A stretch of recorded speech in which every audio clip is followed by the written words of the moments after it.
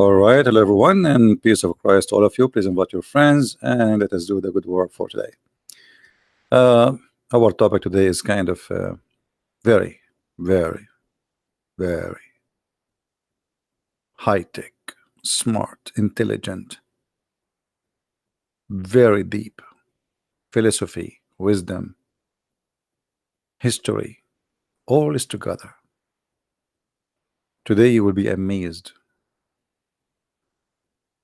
Actually, you will be astonished. I hope that not many of you will convert to Islam after you watch this video. Actually, I was thinking not even to talk about this topic because I'm afraid that what will happen to you is the same what happened when I did the seminar in India. And I told the Hindus that the biggest chapter in the Quran is the cow chapter. 10,000 Hindu converted to Islam immediately. Now, for all those who love dogs, I have a very cute story for you in the Quran, and that will make you convert to Islam immediately. Let me introduce for you first this dog. Is very ancient. He lived for more than 300 years. That's why he's wearing glasses. You know, actually, all the animals, all his friends, when they saw him for the second time after a long time, they were like, "What? Huh?" They could not believe it. So it was like something you cannot imagine how important this story. Like people, they have party for him. They celebrate the 300th anniversary. The 300th anniversary. It's very hard for many of you to understand what we're talking about. I understand, because you are not educated. Let us go and see how this dog, he lived for 300 years and even more. That story can be found in the Quran, brother. Please invite your friends, share the link with everybody, because I did not announce the video to be on until 30 minutes before I started. So most of people do not know that we are going to go live. Let us go to the Quran, shall we? Or you like to stay in the picture? What do you think? Yes, 309 years. Okay. 309 did not die. We do not know what happened after that, but it's confirmed that he lived for such number of years. He was exist before the story began, so maybe he lived for 400 years. We do not know, but the Quran confirmed at least he lived for 309 something. Let us go to the Quran.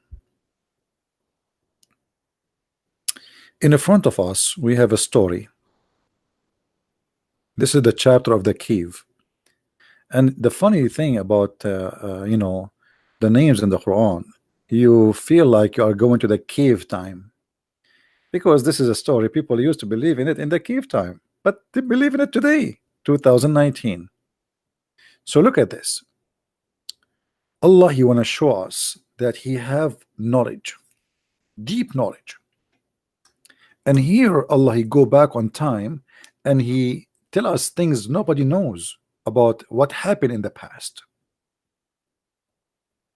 And I want you please to focus with me about such an amazing story, which is going to be astonishing for many of you.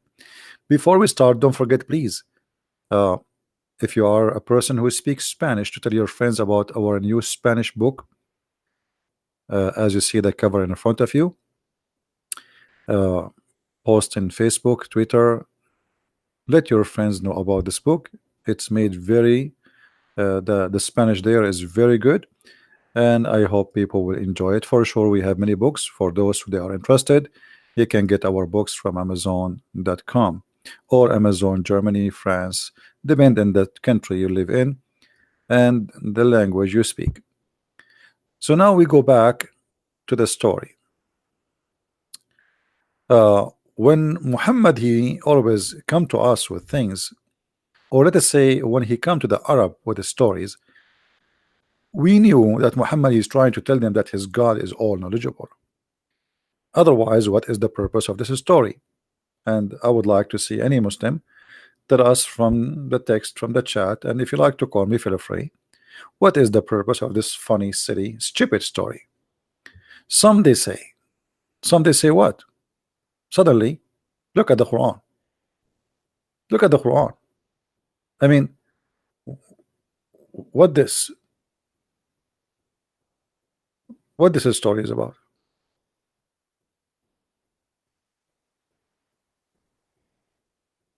I advise you to read it from the beginning of the chapter, so you will not say, oh, he's taking off the most important part. There's no important part there. Supposedly, this is a story. It's very well known. It's called The Seven Sleepers. It is written more than 400 years before Islam.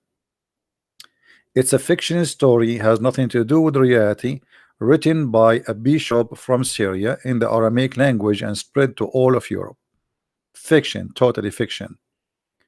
About, the purpose of the story is to teach the Christian youth that this way it's like good for kids, about a dog, and so to teach them that we are under discrimination today, but tomorrow we will have a different future. They will be victorious with God. So the author of the story, he made a fiction story. Muhammad, he took it, he put it in the Quran, and he claimed Allah told him about the story. So here, those Christian youth, who they are, uh, uh, they run for their life because simply they be accepted to follow Isa, and the king wanna kill them, so they take a refuge in a cave, and then Allah, he made them sleep in the cave.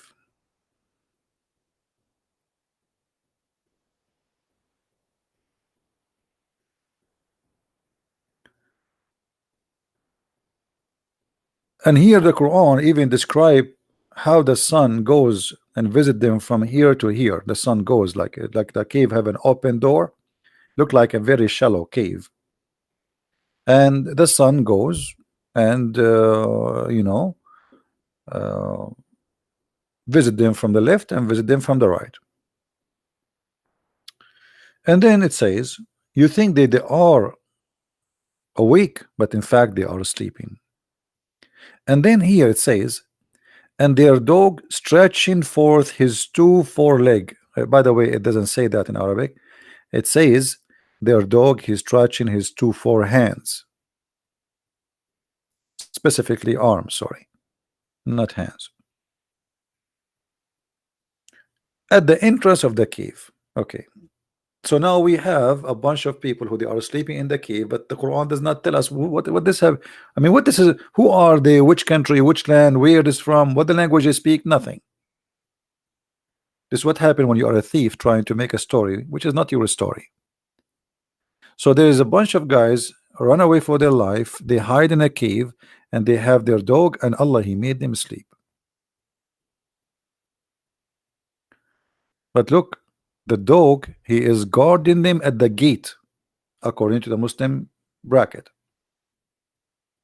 Had you look at them, the Quran saying, had you look at them,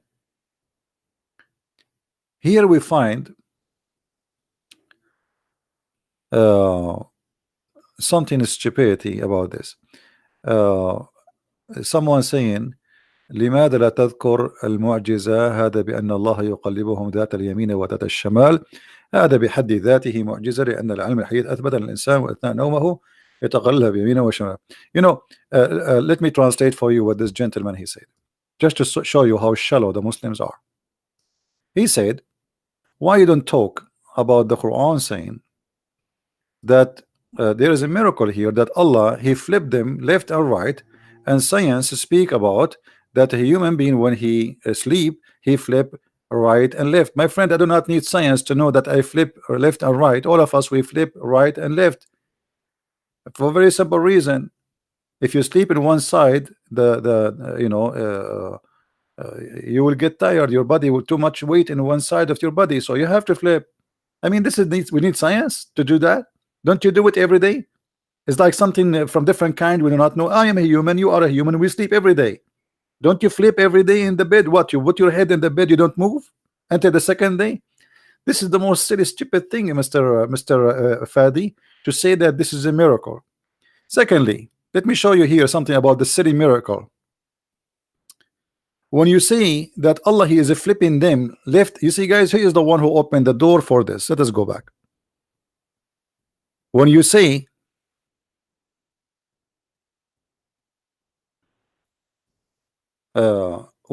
that the Allah is flipping them left and right, okay, can you show me where it says that in the Fadi, are you there?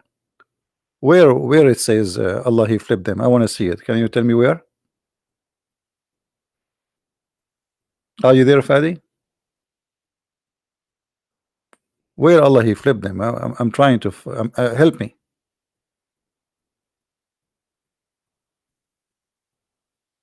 Where it says Allah, He flipped them? Okay, ونقلبهم ذات اليمين وذات الشمال. Okay, well, hold on, guys. ونقلبهم ذات اليمين وذات الشمال. Allah here saying He flipped them to the right and the left.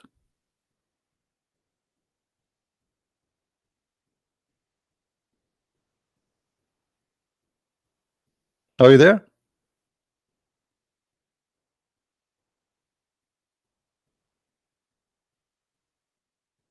What verse is the verse you are talking about, just to be sure? Fadi, what verse you are talking about? Because I will make you read and we will laugh together. Okay, which verse? Which verse? Which verse?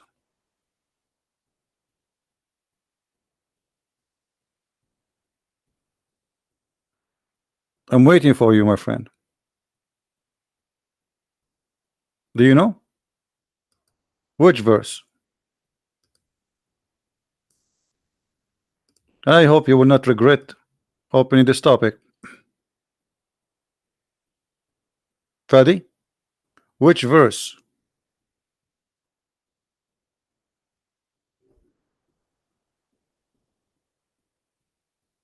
Hello?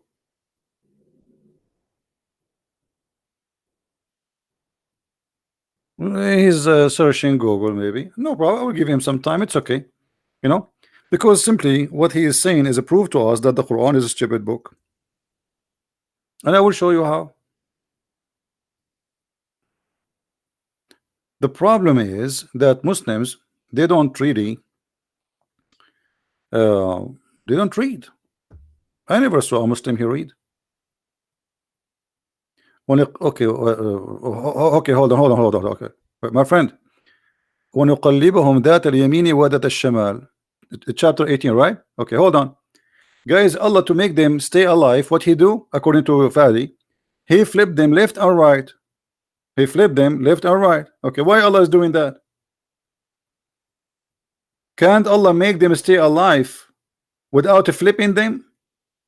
Those people, they slept for 300 years without food, and now by flipping them left or right, they will stay alive. 300 years they are sleeping without water, without food. How you can live without water for 300 years? Why Allah did not give us more details, saying, okay, I used to put water in their nose and their mouth? You see how silly the story? So you are claiming that this is a miracle because Allah, He flipped them left and right, brother, left and right. Okay, what about the food? As long Allah, He mentions such a silly details, because still they can live. They can live. But they cannot live without water. They cannot live without food.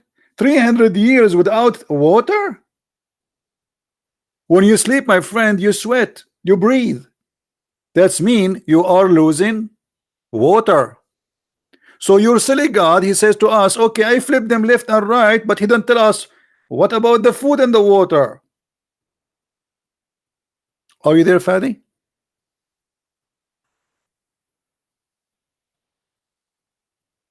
Are you there? So your miracle proven to us that the one who wrote the story is an idiot, because this is, if as long he have to do physical act to make him stay alive as you claim, well, there's something more important need to be done: food and water. And that's mean that when the Muslim they say to us that if Allah wants something to be, he say be is going to be. Here we go, Allah flipping them. He did not say be, it was. So what are you saying to me now? Allah, he flipped them like he's doing barbecue to what? To keep them alive. That's what you said, not me. Okay, that's mean Allah is not God. So look how many mistakes we found in this story. Thank you, Fadi, for your comment. You got your God busted. Same time, look how, as long you speak Arabic, Mr. Fadi, can you tell me please the correct translation for this? Does it say in Arabic وَكَلْبُهُمْ بَاسِطٌ ذِرَاعَيْهِ? Fadi, do you like to call me Fadi in Paltalk? I can open Paltalk for you. As long as you speak Arabic, that will be wonderful. Fadi, does it say that or I'm lying? And their dog opening his arms? Since when dogs have arms? Fadi, since when dogs they have arms? As I know, dogs have 4 legs, my friend. Since when in Arabic we say dogs have arms? What happened to you, Fadi? You speak Arabic, you have no excuse. I want they want the answer. I need your help. You speak Arabic, I speak Arabic. Since when dogs have arms? Hello? Hello? What do you mean picture not clear, guys? Is the internet slow from your side? Is the internet slow from your side? It's not coming good?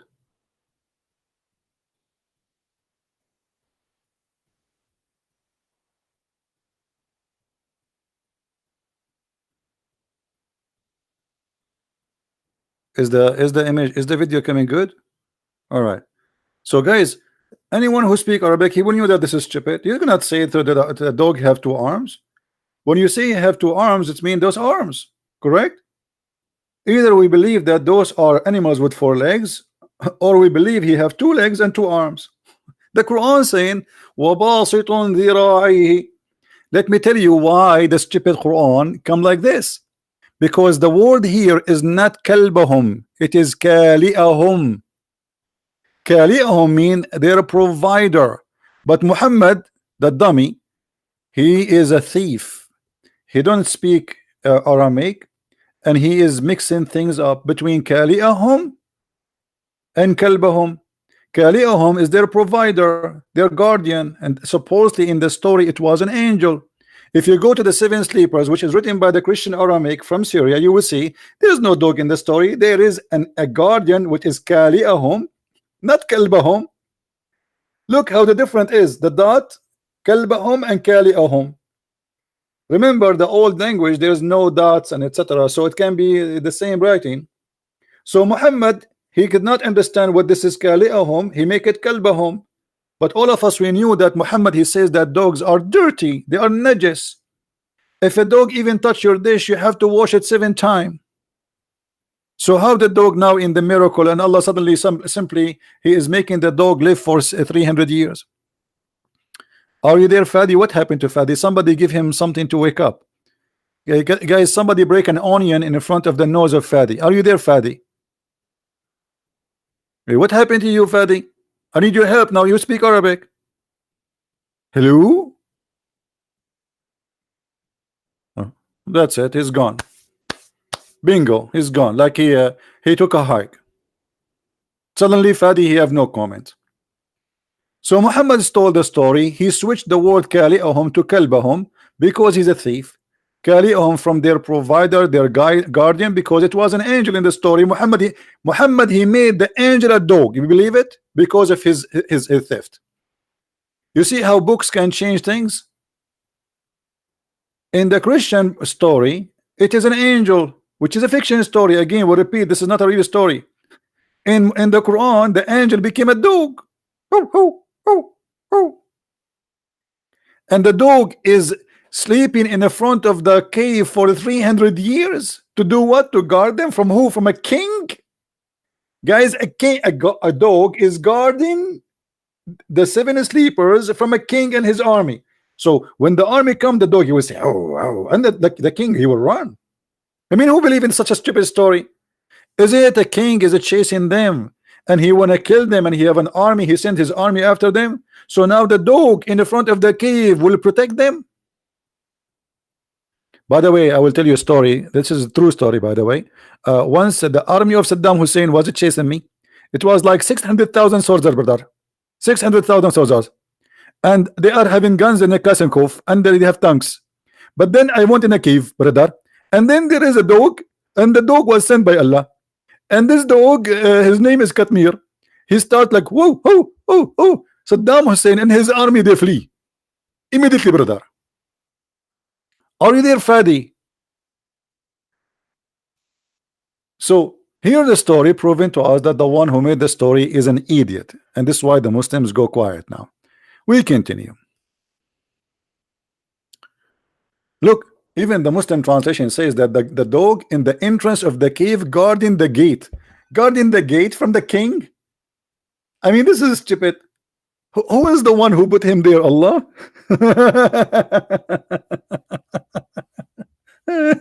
Unbelievable. True story. All right. Now, we continue. Additional to the mistake where Muhammad, he fabricated the story, he mixed between an angel and a dog. You see, if we make it an angel open his arms, that makes sense, correct, guys? Angel open his arms, which mean, you know, protect, blocking the cave, correct? That will make sense. So there's an angel blocking the cave, protecting them. An angel can fight an army, not a dog. And why the dog is opening his two arm, brother? What exactly that we would do? Any Muslim can tell us why the dog he opened his two arms, quote unquote. قلت لك الكلب له ذراعين ورجلين. Guys, he said to me that the dog he have two arms and two legs. Since when? Look at this guy. Look how they fabricate. The dogs have two arms. This Abdul saying to us that dogs have two arms. Since when? Dogs have two arms and two legs. So the donkeys have two arms too.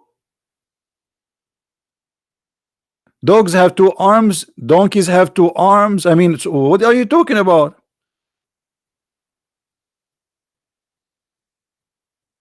Human being, he have two arms. When you say have arm, that means he have a hand. Arm is something have to do with having a hand. If you don't have a hand, you don't have an arm. So what do you mean the dog have an arm?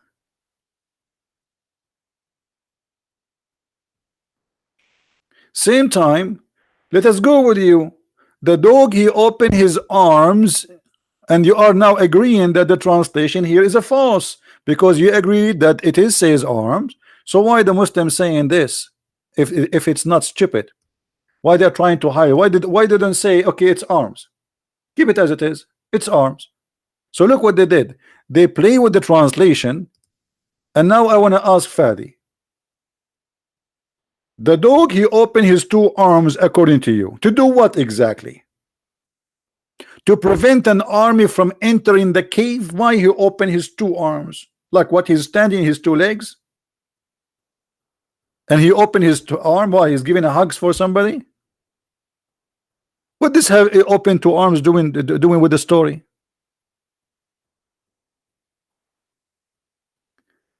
And the story continue.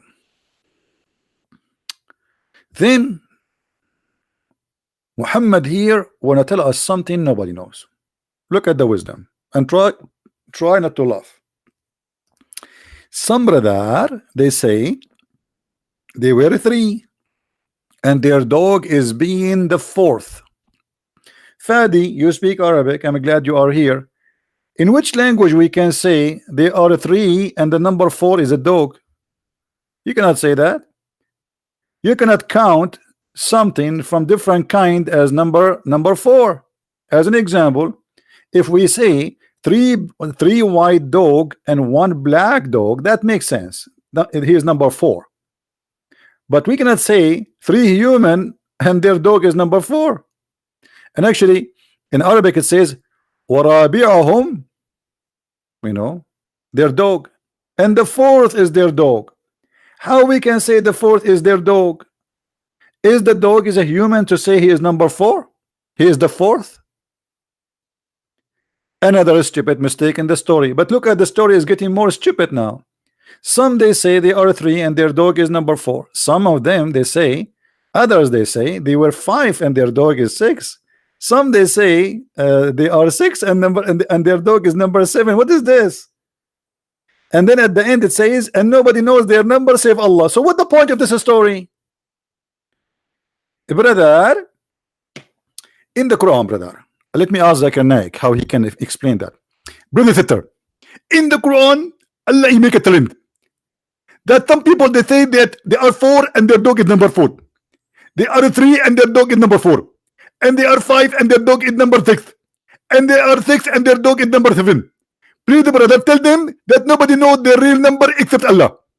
What the heck? So why you are telling me some they say 3, they say they are 3 and the dog is number 4, and some they say they are 4 and their dog is number 5, and some they say they are 6 and their dog is number 7, and then you say to me there's no one knows their number except Allah. Where is you? Aren't you Allah?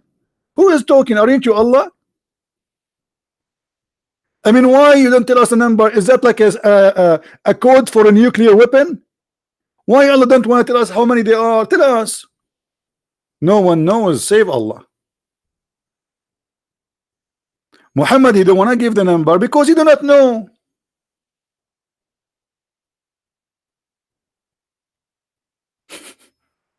Imagine if the Quran keeps saying, and some they say they are 7, brother, and their dog is number 8. And some they say they are 8 and their dog is number 9. And some they say they are 9 and their dog is number 10. And some they say come tomorrow. And some they say they are 100 and their dog is number 101. And some say they say brother come tomorrow. Some they say they are 1,000 and their dog is 110. And some they say brother they are 1 million and their dog is number 1. And some, what is that? Now what we get from the story? Why you are talking about their numbers if you want to tell us? And who care about their numbers now? And why the dog is involved in the story? And their dog is number 4. Are you there, Fadi?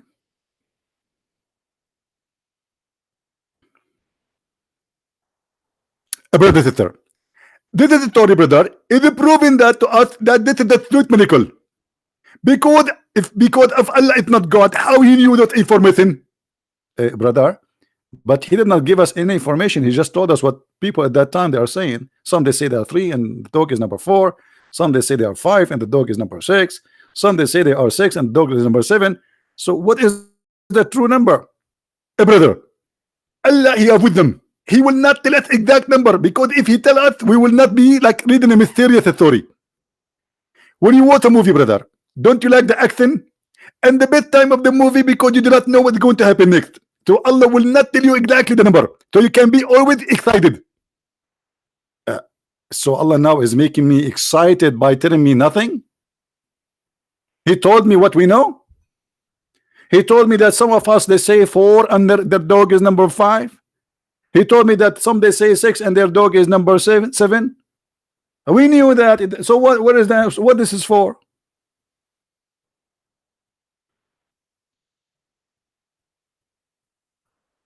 People they start saying to Muhammad, you do not know what are you talking about. They are 7. Muhammad is not sure. So he said some they say they are 4 and their dog is number 5. And some they say, and hold on. Guys, do you know that even that Allah he do not know anything, but Muhammad and his followers they know even the name of the dog. The name of the dog? Are you sure?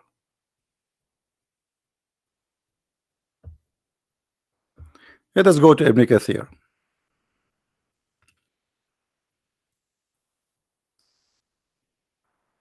Ibn Kathir.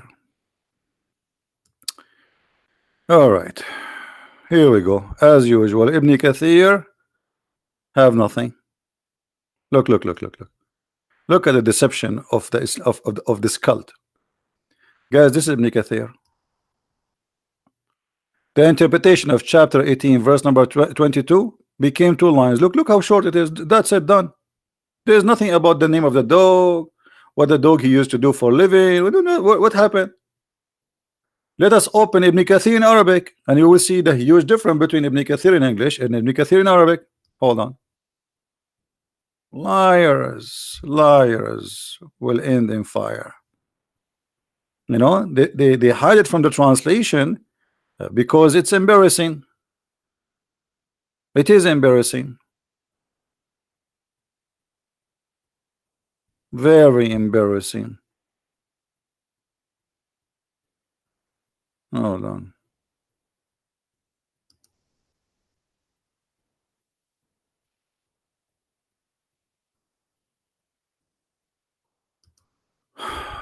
Man, and our job here is to get them busted.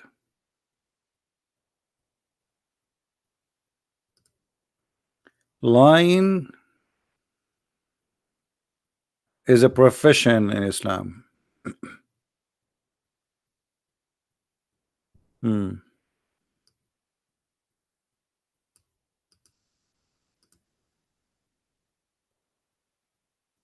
All right. I want Fadi to read with me. Fadi, are you there? You speak Arabic, so you can be my helper, my friend. Huh? You're my friend. I will make you my friend from now on. I hope you will keep coming, because we need somebody to speak Arabic. Read with me, Fadi. This is Ibn Kathir. Hold on. This is Ibn Kathir in English. The story is gone. And this is Ibn Kathir in Arabic. Let me show it to you.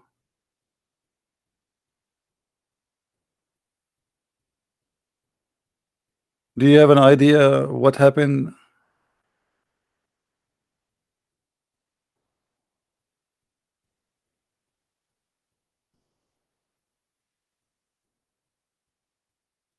Fadi, what happened? Why the story in Ibn Kathir in English is not the same as the story in Ibn Kathir in Arabic? Read carefully with me. قال ابن جريج يحرس عليهم الباب.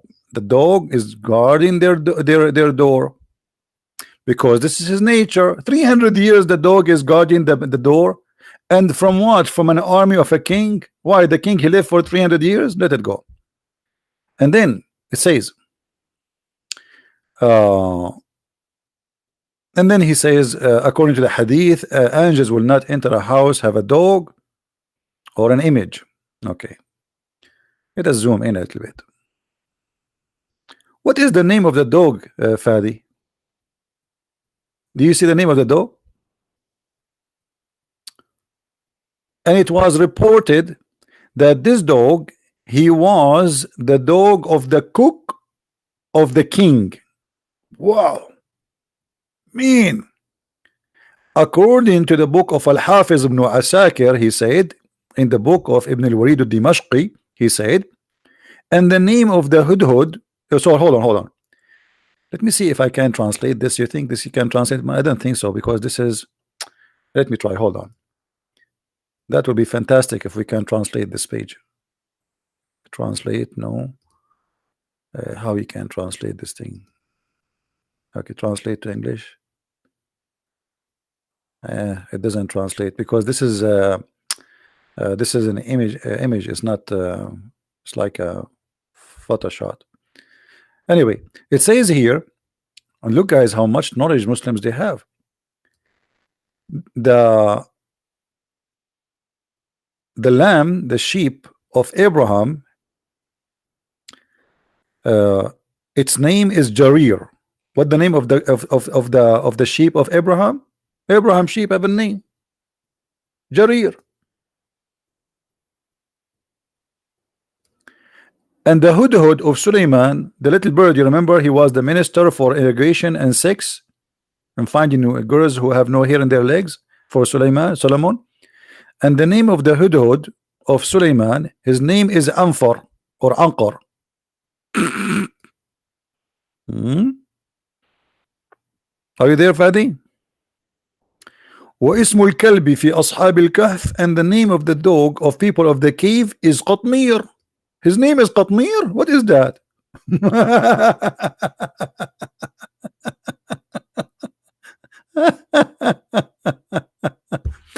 And they were, and this is the book of Ibn Kathir, by the way. This is the book of Ibn Kathir. This is not me talking. And they were in this agreement about its color. Hmm.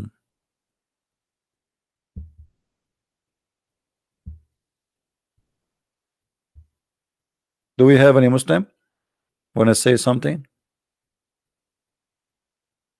What is this story about? And now what we learn from this story?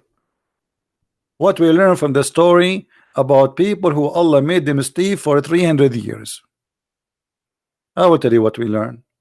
We learn that the one who made the Quran is a thief and he's a liar, because this is something we can find. You can go right now and search in Google for the 7 sleepers. Let me do it. Give me a second. The 7 sleepers.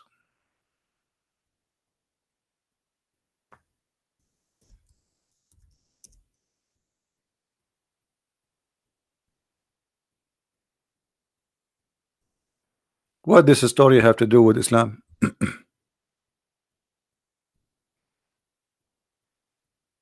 Hmm? What does the story have to do with Muhammad? How a fiction story became or become a story Allah is telling us about it?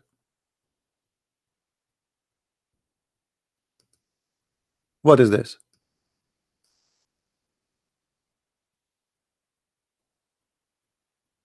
A clear proof and reference that this is a theft from Muhammad. It's a legend. It's a fiction story. Actually, I cannot say it's a legend because it's written for the purpose of fiction. We know who wrote it.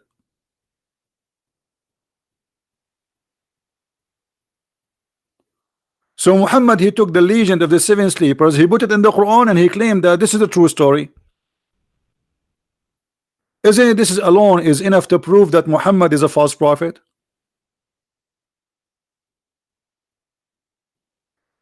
This is a story exists hundreds of years before Muhammad, more than 400 years before Islam. Fiction story. Muhammad, he take it, he make it in the book, and he claimed that this is a true story, and he put it in the Quran.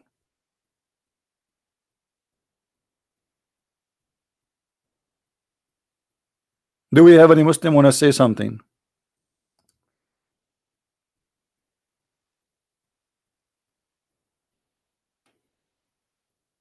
Why you don't make a videos about the miracle of the Quran? My friend, I have a book.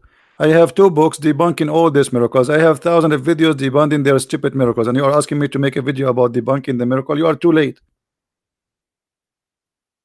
I made videos debunking their miracles before you are born.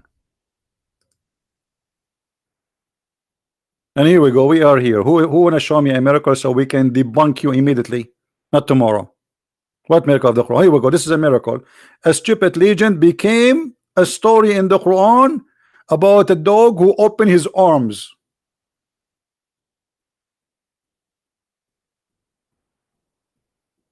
Hmm? How this story in to be in the Quran?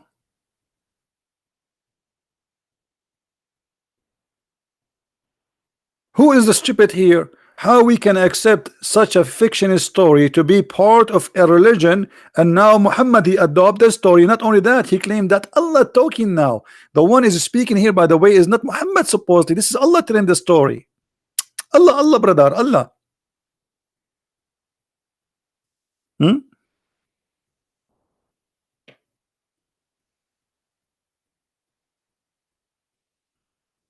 Any Abdul? This story alone proved to us that Muhammad is a liar, big fat liar. And by the way, chapter 18 is my favorite chapter. I'm so glad. I'm very thankful that the goat who ate the breastfeeding for adult verses and stoning to death did not eat this chapter. Otherwise, we will, we will miss a lot of fun. I'm so glad that the goat did not eat it.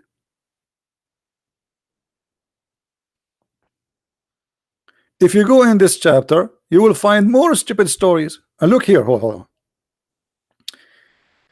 And they stayed in their cave 300 years and 9. 300 years and 9. Okay, why 300 years and 9? Trinity again.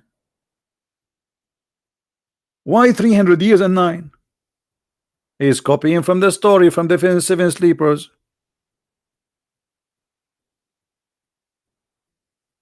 This chapter 18, the cave chapter. That's why they call it the cave, because supposedly those guys, they slept in the cave. By the way, I slept in. Many of you do not know what happened to me. Once I went to do camping. I like always to do camping. So I went to the middle of the desert in Brazil. In Brazil, there's no trees, there's no water. It's a desert. So, and I decided to do camping in Brazil. And then when I was in the Brazil, the camels attacked me. Okay.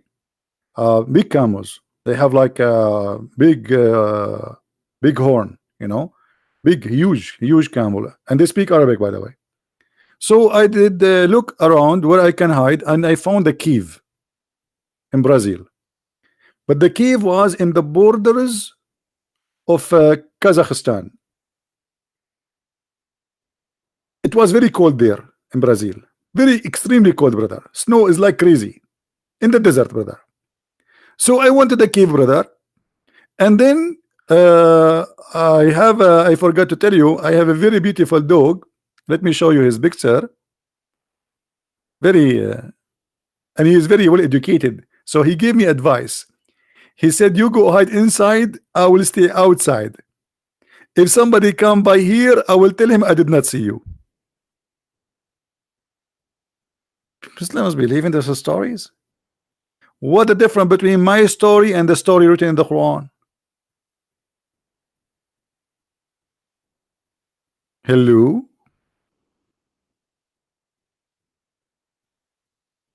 Yeah, there is a lot of cameras in Brazil. We are Arab. We are very good in geography. Ask Allah. Allah, he believed that the sun set in the murky water, and the sun set in a place, and the sun rise from a place. What's wrong with you? Hello? Are you going to discuss with me now science? You cannot. We are Arab. We are the founder of everything.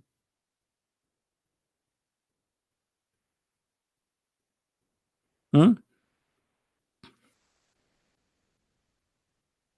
أظن ذلك. اليهود قالوا للنظر what أن أجاب محمد عليها فهذا نبي حقا وفعلا أجاب عليها. Guys, look what Fadi he said. I like this guy. He said that the Jews, they asked Muhammad, they asked him questions, and they said if he answered the questions, for sure he must be a prophet. Let us go to the hadith, my friend Fadi, so you will die laughing at what Muhammad answered. The Jews obviously are making fun of him. Fadi, what's wrong with you? Okay, read with me, Fadi. This is the hadith you are talking about. Let us get it. Brother,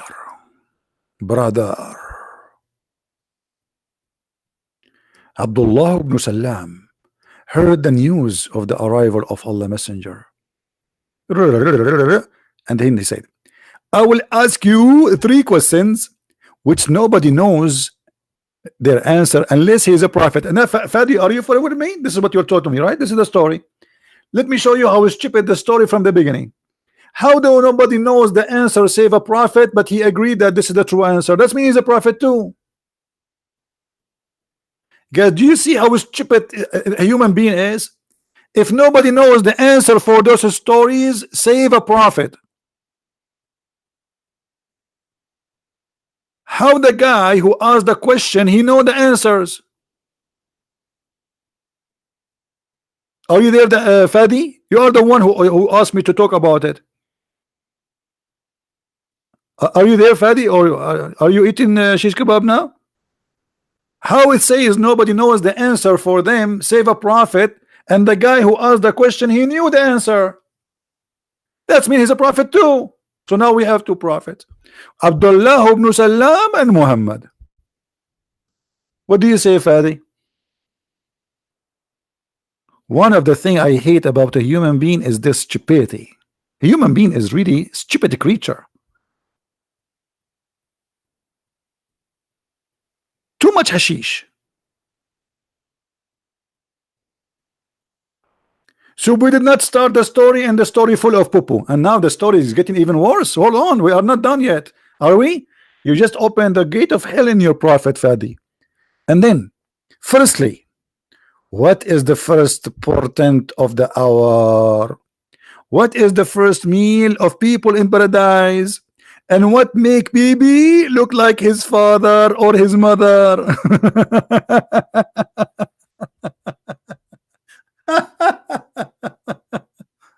And now the prophet, he will answer.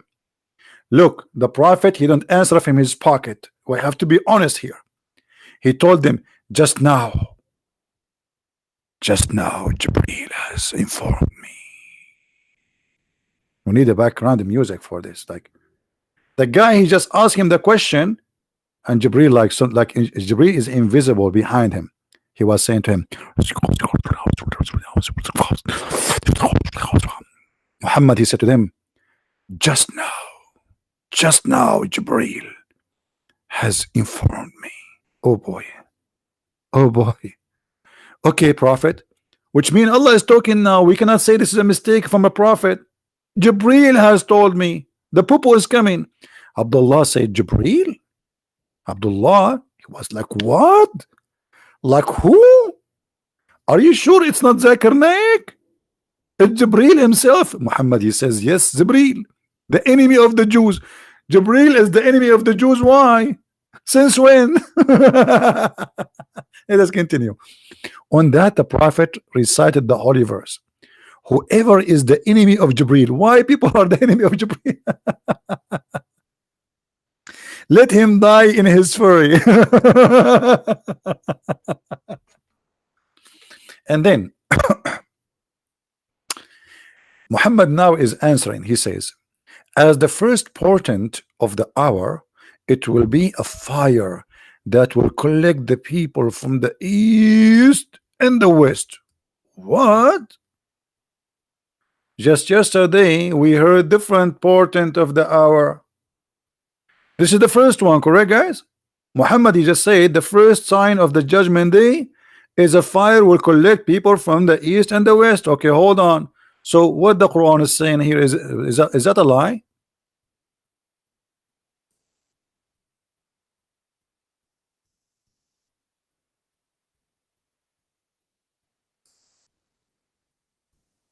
In the chapter of the moon,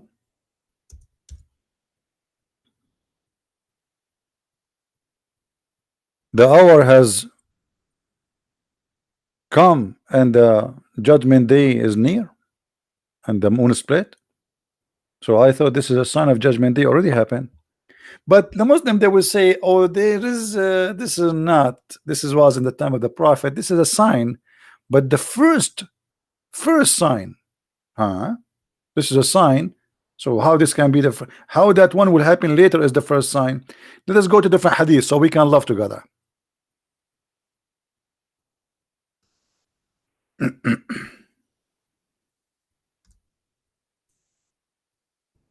Read and love how Muhammad he changed his story. What is the first sign of the judgment day?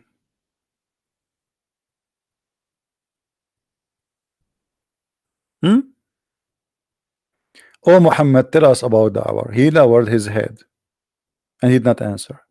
Then they repeated the question for third time. Muhammad, he will not answer unless you ask the question 3 times, because he's thinking about the lie he will say. Then he said, the one who be okay, then he says the sign is the following. When you see a hard men competing in building tall, this is the sign of the judgment day. When you see a barefoot naked ruling earth, barefoot naked ruling, what? Muhammad, the Arab are naked foot, they don't even wear shoes. When you see women giving a birth to her mistress, this is a sign of judgment day. Well, isn't it Abraham himself? He gave birth to his mistress. Isn't it Muhammad himself? He gave birth to his mistress according to Muslims. What is that? And look how the judgment day, the first sign of the judgment day, is not appearing here. It's not there. Different hadith.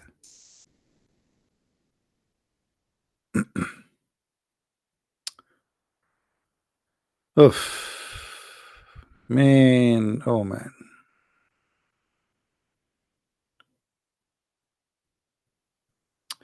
Competing in building, which means they will build, like they will build high buildings. But the Arab, they were, you know, the people of Yemen, they have high building even before Yemen, you know, before even Europe. But those are not Arab anyway. Read carefully. Allah apostle, he said, the hour will not establish till the sun rise from the west. In different hadith, it says that the first one, fire will come and collect the people. Here, the first one, the sun will rise from the west. You see it? Different story.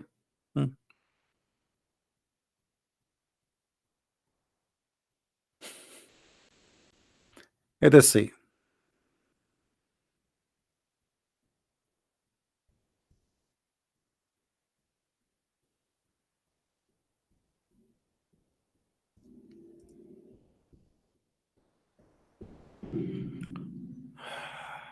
Let us see and laugh. Oh boy. Those all stories are fiction stories about the beast will come from the ground, but I don't want that. I want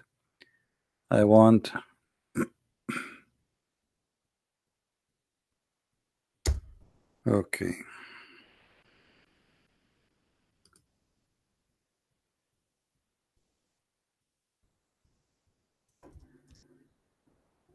Let us laugh a little bit.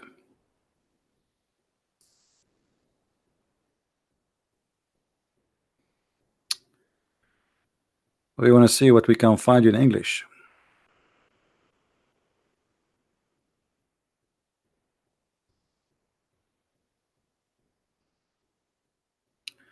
Read and laugh at the Quran.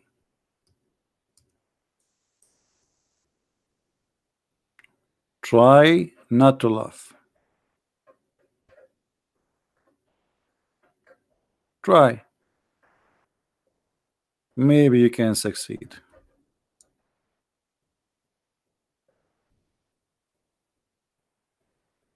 What we will do with this?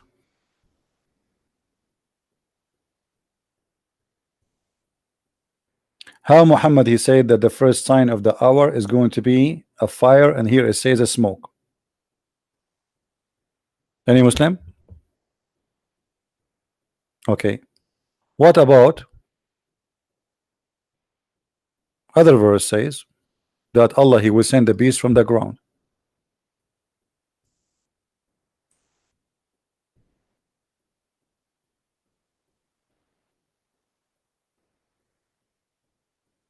Any Abdul?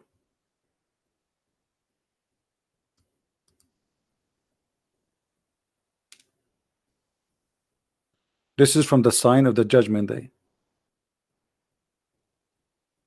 A beast will come from the ground. But Muhammad, he said that a fire will come and will collect the people. But here this is cannot be the first sign, because as you see here, the beast have to come first, because if the beast, he will come to make the people black and white. You remember the story? This beast will come with the stick of Moses and the staff of Moses and the ring of Solomon. He will hit the man who is a Muslim within his face, and he will make him pure white. And he will hit the kafir and he will make him black. But if the fire is collecting the people from the earth, as Muhammad, he said, the first sign of the judgment day. So when the beast will come? After?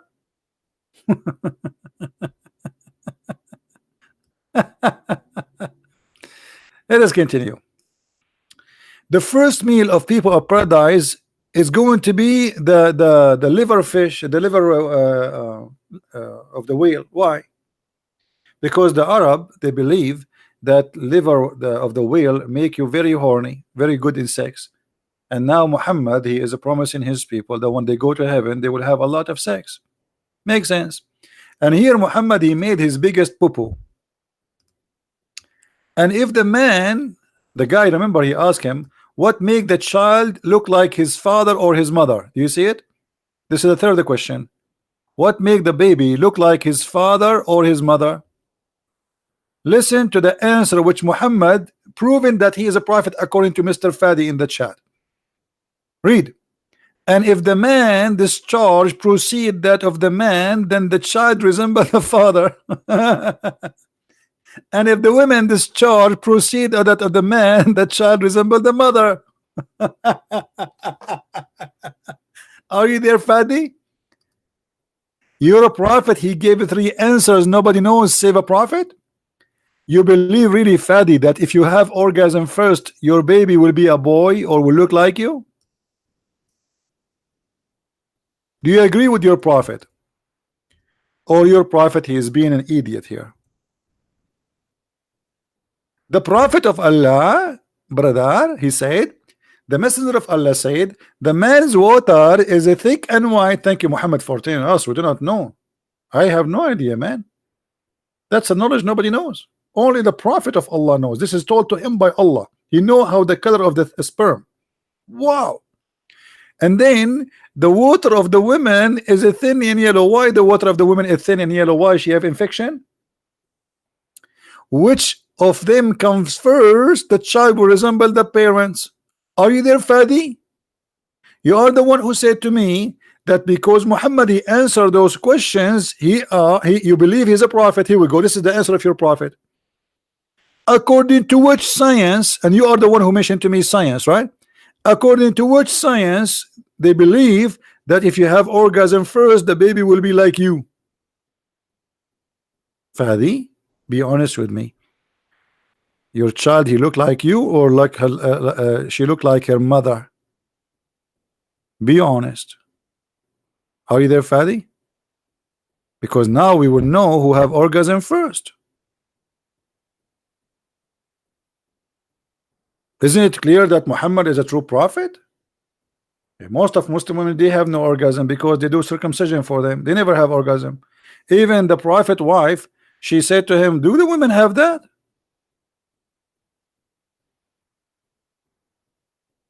Read carefully. This is the wife of the prophet. She never have orgasm.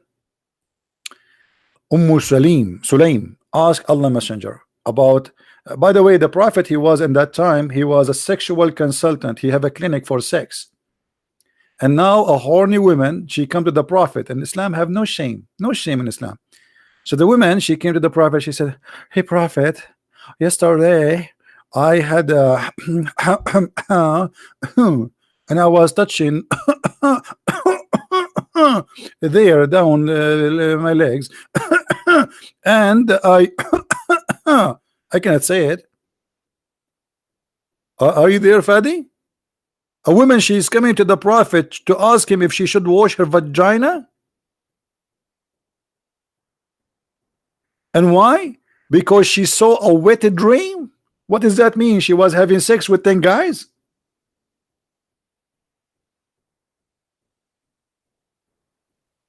And look what happened. Oh boy. The woman, she said, Salim asked Allah Messenger about a woman who sees in her dream something like that which a man sees. What is that? What is that exactly? I saw in my dream. What I saw in my dream? I saw myself in the beach. What is that exactly? I'm very naive, brother. The Messenger of Allah said, if she sees that and has this charge, then let her perform a bath. By the way, it doesn't say perform a bath. She have to wash her vagina. Salama, the wife of the Prophet, she said, oh Allah Messenger, does that really happen? The wife of the Prophet, she could not believe that a woman she have this charge. Like, what? Are you serious? Women, they have this charge too. Muhammad, he could not make his wife ever have orgasm, and the proof in front of you. Otherwise, you tell me why the wife of the Prophet saying to him, oh, are you serious? Women, they have orgasm. The messenger, he said, yes, idiot. He said, yes. The water of the man is thick and white, and the water of the women is thin and yellow. Do you see it? Obviously, your prophet, he never had sex with his wife. Before she take off her panty, the prophet is snoring. And anyway, if you want to read more about the crazy stuff of your prophet, I advise you to read my books, especially the last one in English, which are called Sex and Allah, or Allah and Sex.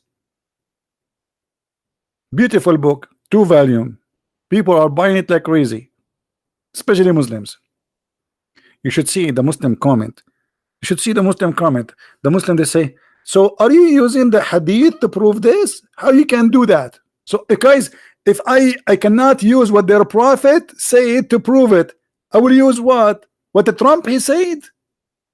I mean, look at the madness.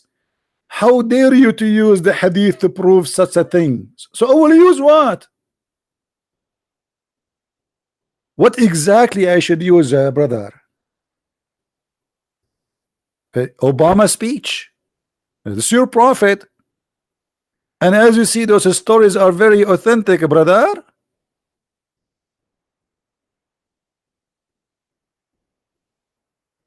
Hmm?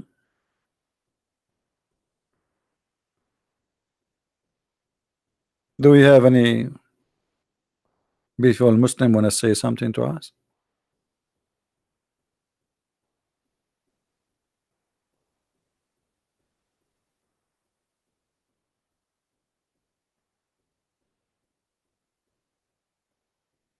Anyone?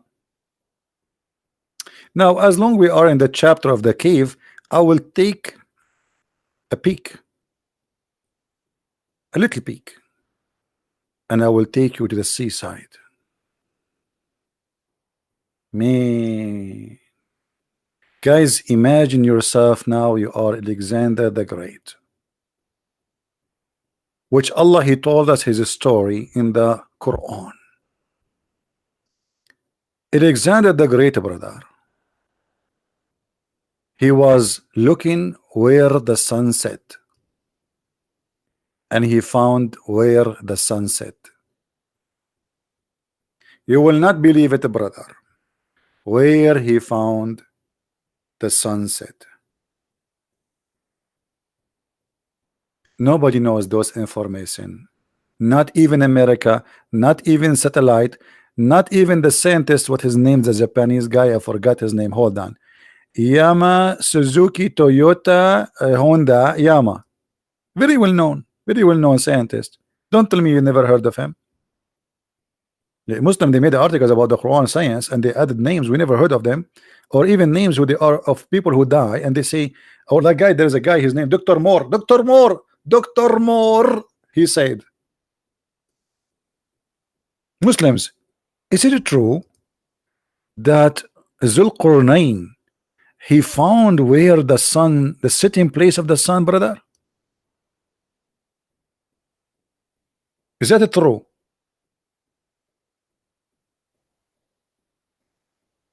Who is a Muslim who will tell us if this is true or not?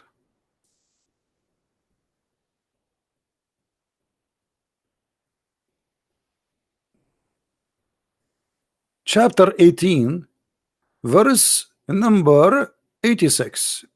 Until when he reached the sitting place of the sun, he found it sitting in a spring of black muddy water or hot water. If.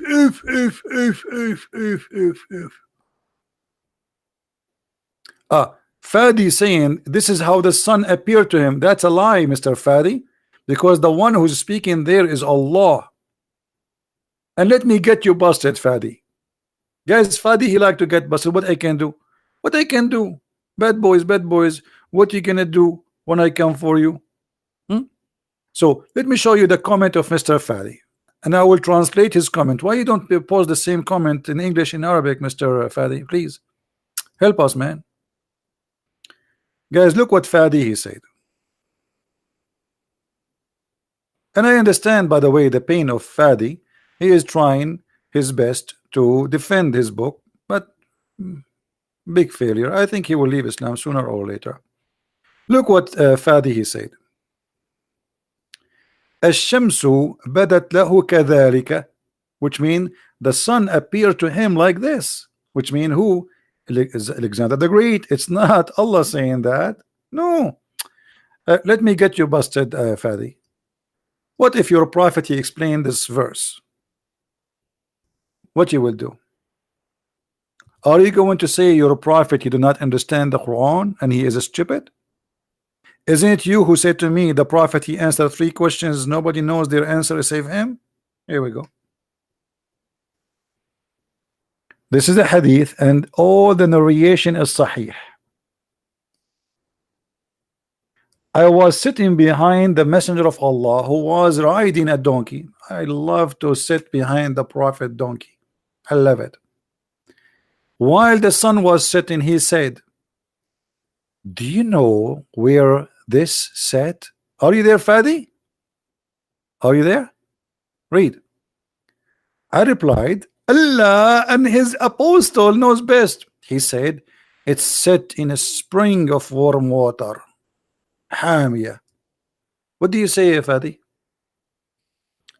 Are you going now to say your prophet was an idiot? And you understand the Quran better than him? Your prophet believe and he mean it. So when the Muslim they say, they make an article saying no, the Quran doesn't say that, they are lying. Here we go, this is their prophet. How we explain it?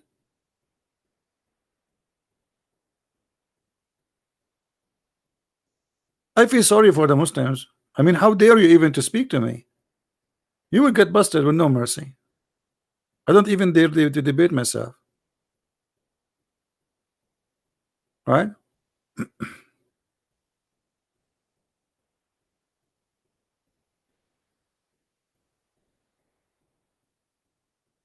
هذا الحديث على فكرة ضعيف.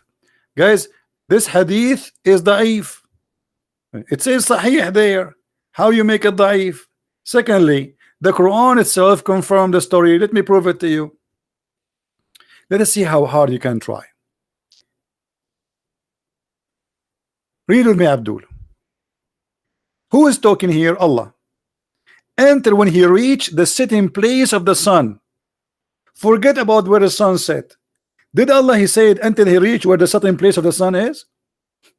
Explain this one for me. Let us see how smart you are. How he reached the sitting place of the sun? Allah is talking saying until he, don't tell me it is him talking, it says until he. Who is talking? Allah. About who? About Zulqarnain. Until he reached the sitting place of the sun. Where is that location, Mr. Fadi? Where we can find here, where he reached there? Is that Tokyo? Is that in the Mississippi? Fadi? The one is talking is Allah. The guy until now he did not say a word. Who is the one he said until he reached the sitting place of the sun? Allah. Where is that? Where he reached the sitting place of the sun? Remember, this guy, he have a journey of many years. He spent his life in the journey. This is not about one day.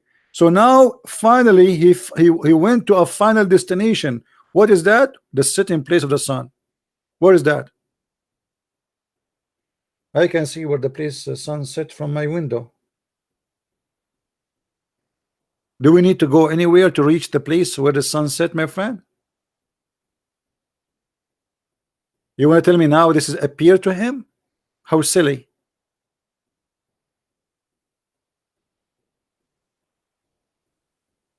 And he found people near it. Does it say, guys, he found people near it? Does it say that? He found near what? Near the place where the sun set. So this is a certain geography point, a place. It's not a story, metaphorical story. They can't play games. And he make it clear that he found it. He didn't say he thought. He said he found it. When you say he found, you are repeating a fact, a find, a discovery. He did not say he saw it, so we can say, okay, maybe he appeared in his eyes. No, he found it. When I say you went to the house and you found this, I am telling you what you found. You found, not something maybe you did not find, you found this. The word is so clear. But the desperate Muslims try to defend the stupid Quran. And not only that, the guy after that, he changed the direction. And he moved in the opposite highway. He keep walking for many years. And then he found where the sunrise until when he came to the rising place of the sun. Are you there, Fadi? Where is the rising place of the sun, brother?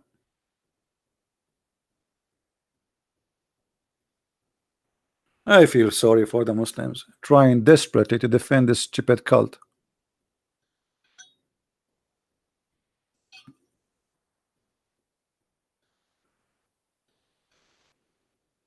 Any Muhammadan?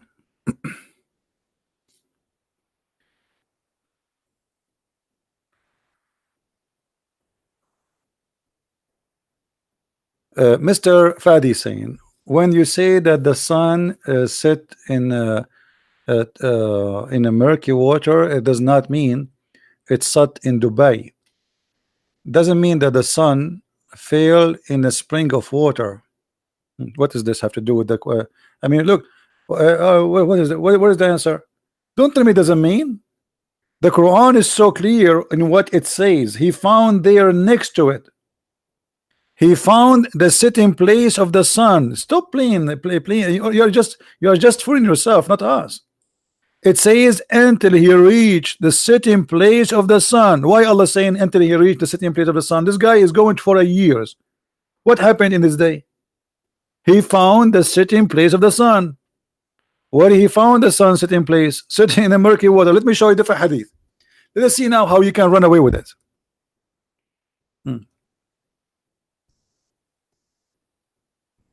The Prophet, he said, do you know where the sun set? And now don't tell me that this is not Sahih, brother. This is Sahih Bukhari. People will laugh at you. I was once with Allah Messenger in the mosque in the time of the sunset.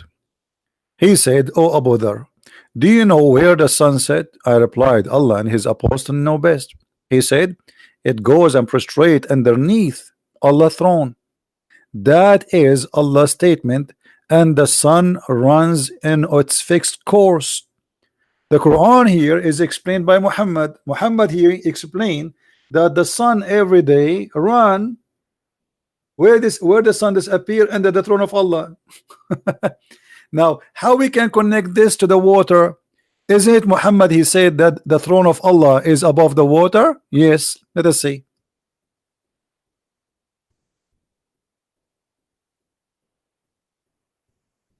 Now we know where the sun set. Do you see it? So the sun goes under the throne of Allah, and the throne of Allah is above the water. Are you there, Fadi? Are you going to say to me this is a weak hadith, brother? Try. This is Sahih Muslim.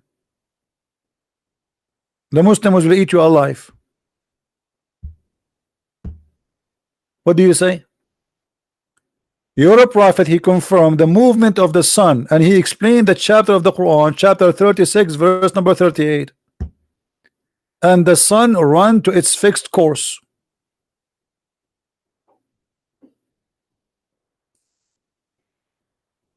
What do you say?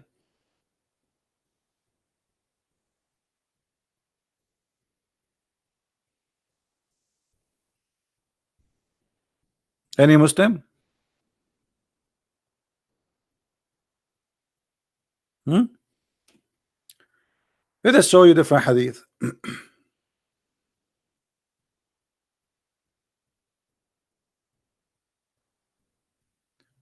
So we can laugh together. Oh,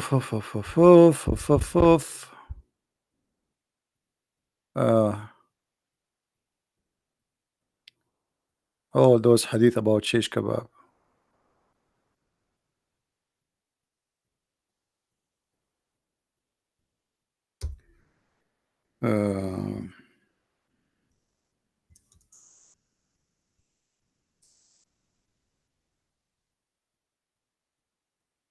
Read carefully.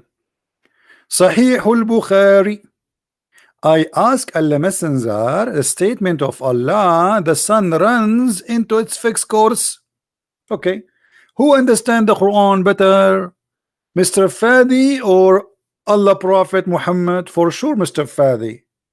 It's proven that Allah Messenger is an idiot. Mr. Fadi, he understand the Quran and everything. I ask Allah Prophet about what the Quran mean that the sun runs into fixed course. Okay, now the Prophet is going to explain. He says, its course is underneath Allah's throne. Prostration of the sun, trees, stars, blah blah blah. Okay, and he says the Quran is, this is what, by the way, between two brackets. Okay, and then Quran hadith did not mean like prostration, but it's mean that those objects are obedience. This is additional to the hadith. This is not in the hadith. And then now here is the hadith. The rest is a fabrication from the Muslims. This is the hadith. From here to here. That's it. The rest is a fabrication. What else? More hadith. Let us love more.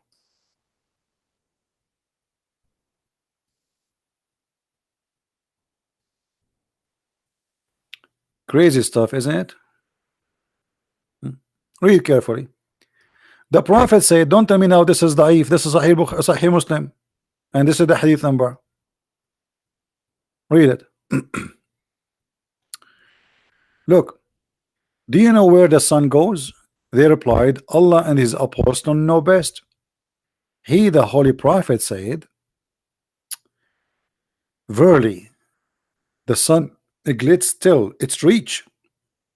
It is resting place. So the Prophet, he confirmed that the sun have a resting place. Why he call it resting place? Because the sun goes to sleep. Hello, I mean, what's wrong with you? Why you are so slow? Resting place. All of us, we go to rest under the throne. Then it failed to prostrate and remain there until it asked to rise up again. Fadi, are you there? Your prophet explained why the sun goes every day. Every day the sun goes from point A to point B, from the east to the west. Are you there, Fadi? Or you will say to me this is wrong? Huh?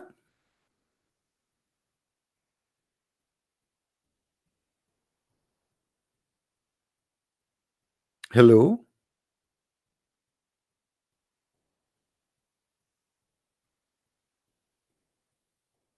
Why we have only 628 people?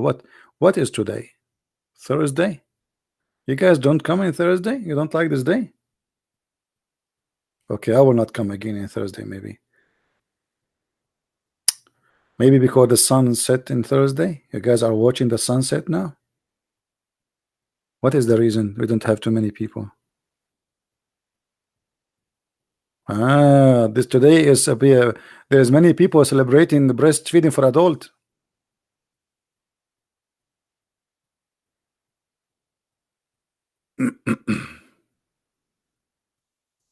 Right?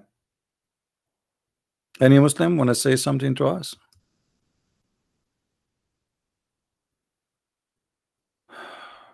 Anyone?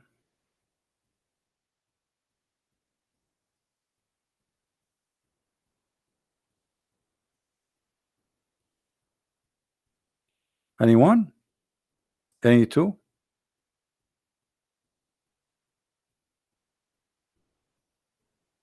What we shall say now? What we will do with the prophet making poo-poo? This is your prophet. He claimed that Jibreel he told him. Allah he told him. He explained to us how the sun goes every day. But all of us we knew that the sun goes nowhere.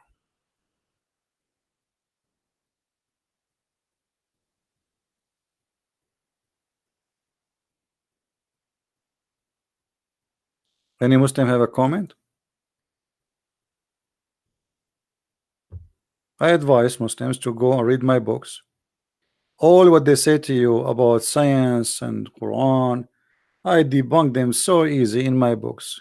It's a disaster. It is literally a disaster.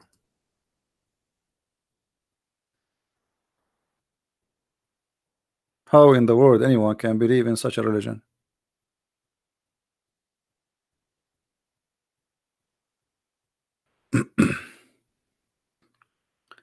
Is Muhammad an atheist? Well, the Quran says that Muhammad he was an atheist, yes.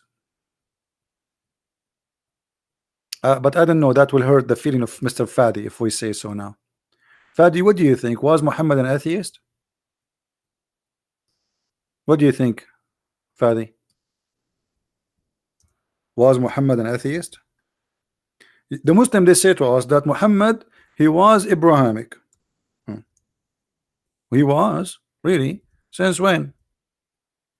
What is the proof that Muhammad was Abrahamic? Who is a Muslim who tell us, you know, why the Muslim they say such a story?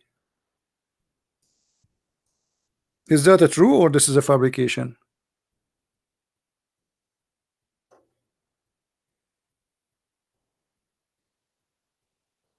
Are you there, Fadi? Who is a Muslim? Was Muhammad reading Abrahamic? Or they lie to us when they say that? Who want to challenge me to prove to him that Muhammad was not an Abrahamic and he was an atheist?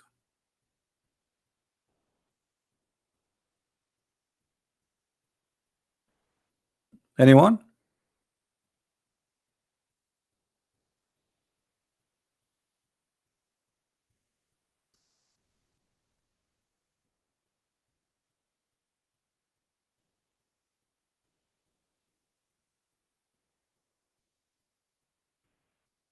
Nobody? What happened to Mr. Fadi? Is he gone or what?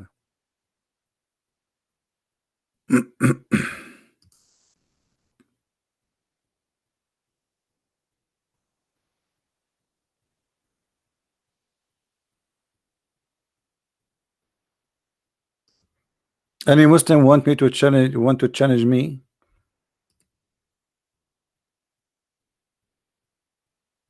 that Muhammad never was Abrahamic as they claim?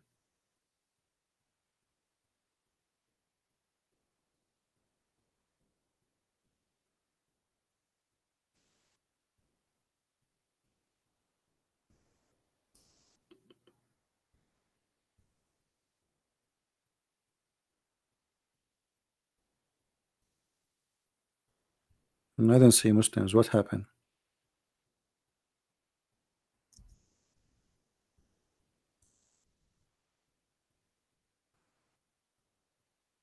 Hmm? I'm really disappointed of the Muslims. You see, always I hope that Muslims, they will be proud. You know what we see from Muslims, shouting, cursing, Allahu Akbar, may Allah kill you, but nobody can answer us. If you go and see the comment after we finish today, see the comment of the Muslims. Christian prince, kafir, najas, pig, dirty, filthy Christian prince. If you are a man, stop coming from behind the computer. But nobody have answer for anything.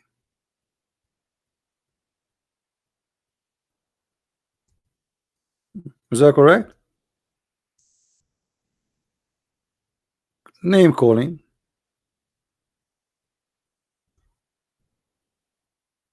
And they changed right away the topic to talk about why you don't show yourself. Show yourself.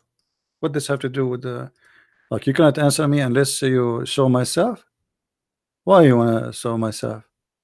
Do you know how the prophet did the prophet show himself to you? Did Allah show himself to you? Now who is a Muslim when I challenge me that Muhammad was a kafir all his life?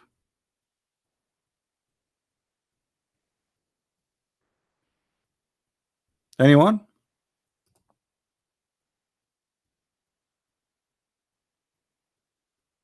What happened?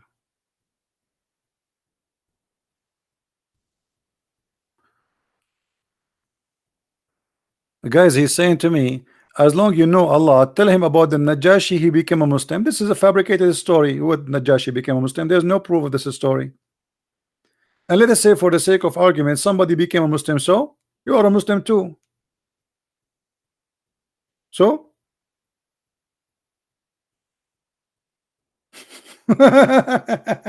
look, all the proof we gave him, he changed the topic. As we said, he changed the topic, says how a Najashi became a Muslim. He never became a Muslim. It's a lie. Secondly, let us say he became a Muslim, so we just proved to you that your prophet cannot be a prophet. He's a big fat liar. And you are telling me, so why you don't tell them that the Najashi became a Muslim? My friend, in Islam, even watermelon convert to Islam. Even Shaitan is a Muslim. Hmm?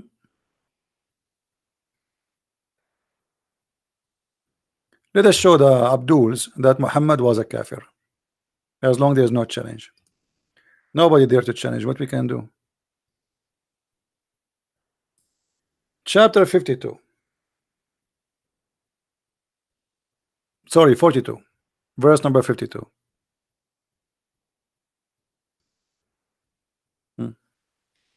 What the Quran saying? Guys, read with me. Is that me or the Quran saying that Muhammad, he know not what is faith and he know not what is book? Does it say that, or I'm fabricating? Allah is saying to Muhammad, we send you the inspiration. Oh, sorry, we sent to you not inspiration, our spirit. Fast translation, no inspiration, our spirit. All right, and from by our command, and you know not what is the book. So Muhammad have knowledge of nothing, of any book of God, any book of God, any knowledge of about to do with God, and nor what is faith. Muhammad, he do not know what faith, he do not know what the book. When I say that the man, he know nothing about faith, it's mean he have no faith. Correct?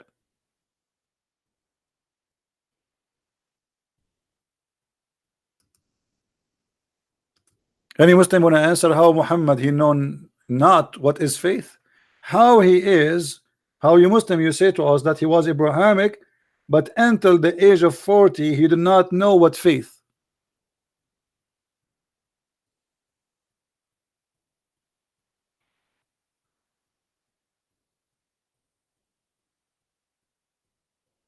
Anyone? Somebody saying he is glad that I'm making money of Muslim advertising. I don't know what does that mean. My friend, we make money to live, to survive. and you make money too. And being glad about making money, I mean, this is very weird. Am I making money now when I sit with you for 5 hours talking, losing my voice for free? You sit there to have fun. I'm not having fun. I'm sick of it. For you, it's just a chat. You go there. I am the one who lose my voice. I'm the one who get death threat. I'm the one they want to kill me. And you tell me, I'm glad you make money from funny people. Who in a Muslim who wanna answer me? How Muhammad, he was Abrahamic, but he do not know what faith. He do not know what the book. So he was following what? He have no faith. He has no book. So he was believing what?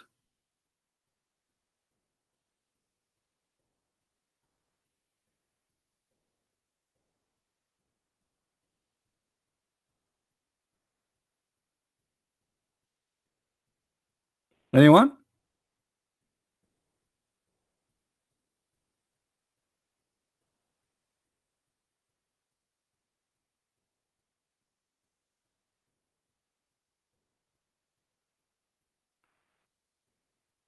Why Muhammad have no faith? No, so look at them. Look at them. So they lie to us. They say that Muhammad was Abrahamic when Muhammad have nothing to do with Abraham, and the Quran confirming that Muhammad he have zero faith.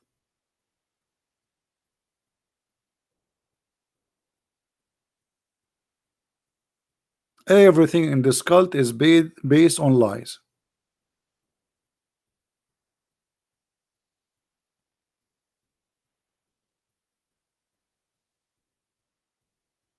Any Muslim have a comment?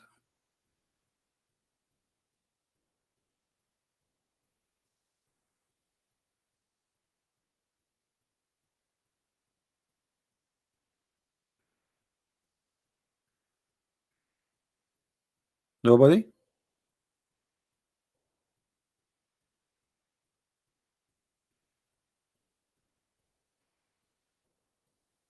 Just wait until we finish the video. See how many comments from the Muslims. You are a kafir, you are filthy, you are stupid, you are Allah, may Allah kill you, may Allah burn you. And there is a guy, he always posts for us some verses in the Quran which I find them hilarious. Hold on, let me show you some comments. You wanna laugh? You wanna laugh at the comment we get always? Hold on. Just to give you an example. Let me go to my page.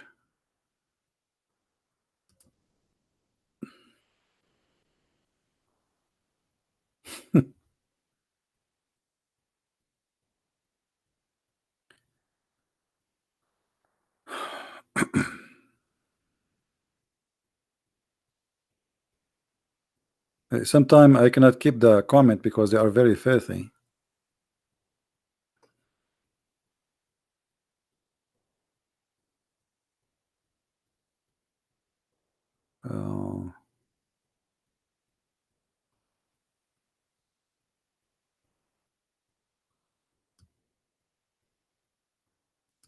Okay, hold on. I will show you. Let us read some comment together. Look at this. I want to ask you. The Holy Bible is from God. Which part in the Bible mention Jesus, Son of God? All of it.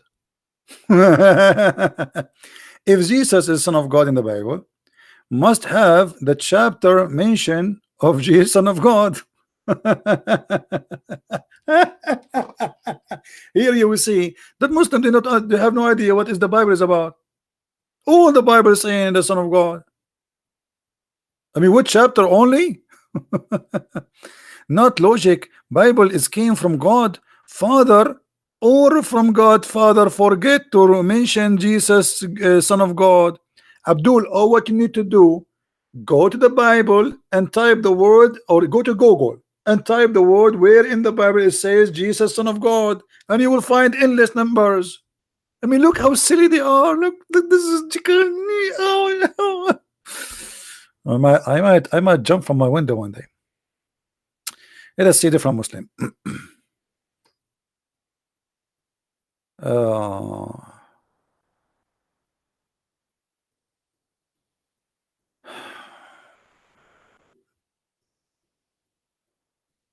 more. Let us see.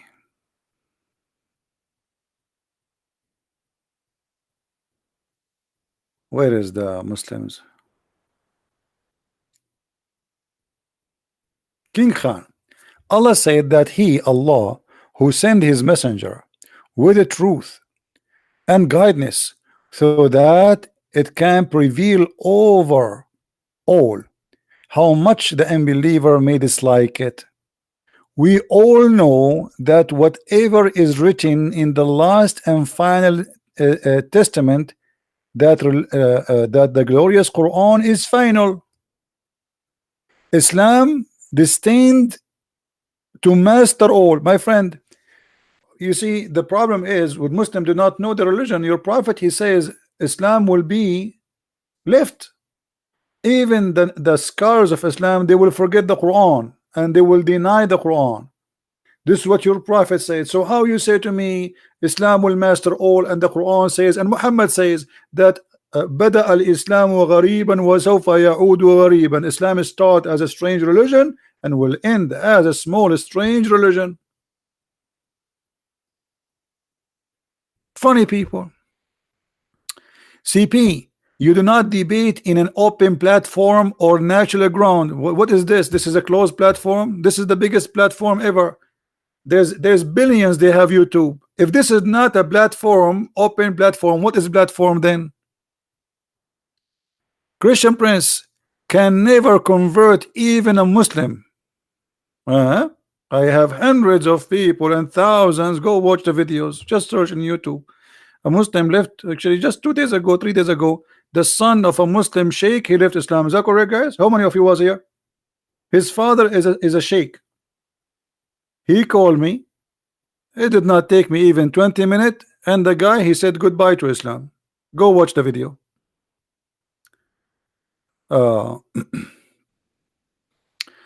Mr. Muslim here, he says, Khair Yusuf, he said, religion is a personal choice. That's false. Not according to Islam. According to Islam is not a personal choice. Allah, He destiny for everyone what his religion will be. And this has shown us that Islam is a stupid.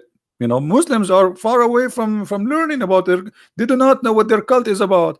Isn't it your prophet, he said that everyone, Allah, He destiny for him what he will be? Let us see.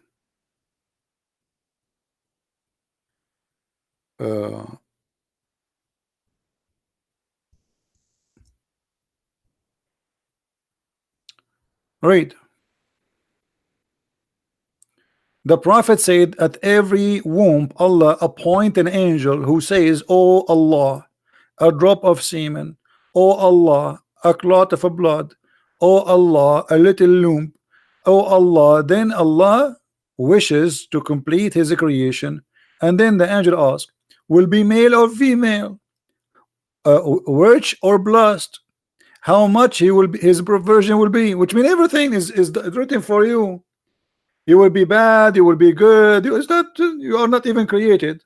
So what do you mean the religion is a personal choice?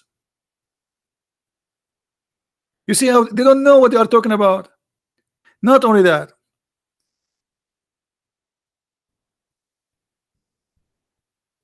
read this hadith on love. Since when religion is a personal choice in Islam? It's not.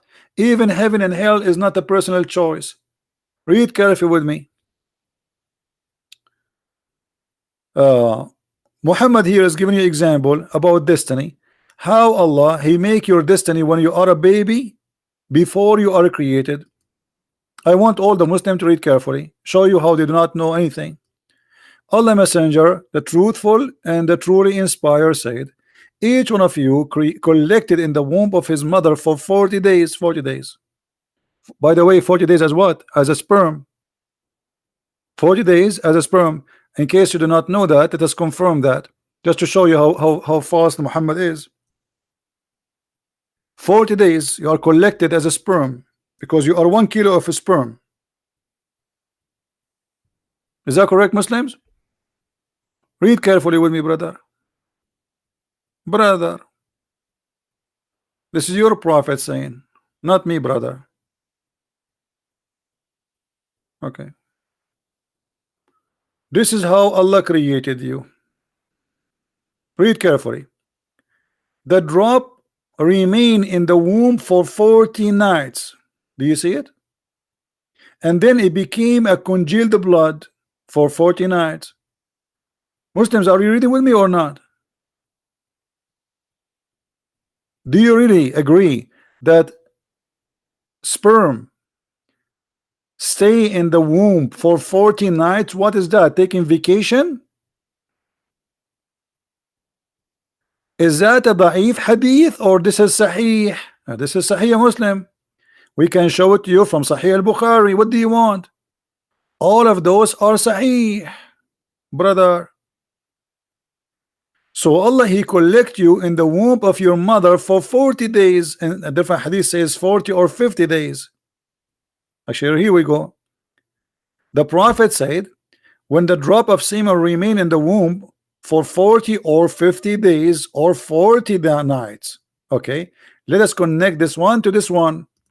You will be collected inside the mother womb for 40 days as what? As a semen. Nice to meet you, semen. 40 days as a semen. Science says that you can live maximum, the sperm, maximum of 5 days. And then turns into a clot. Muhammad believed that the sperm will become a clot. There's no egg.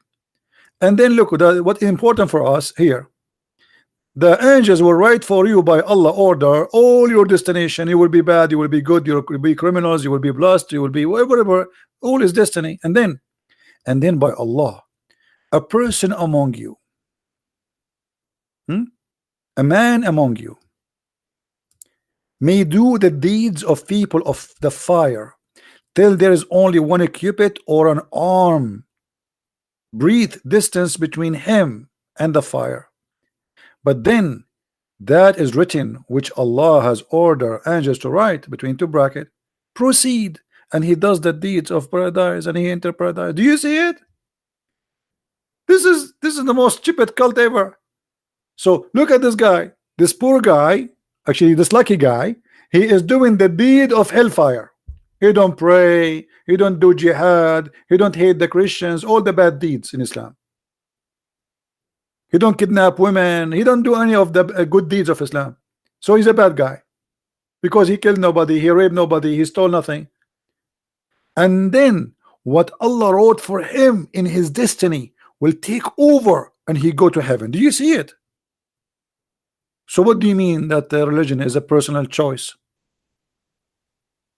So why I need to convert to Islam? Because what at the end of the day, what is written by Allah will take over. Correct, Abdul?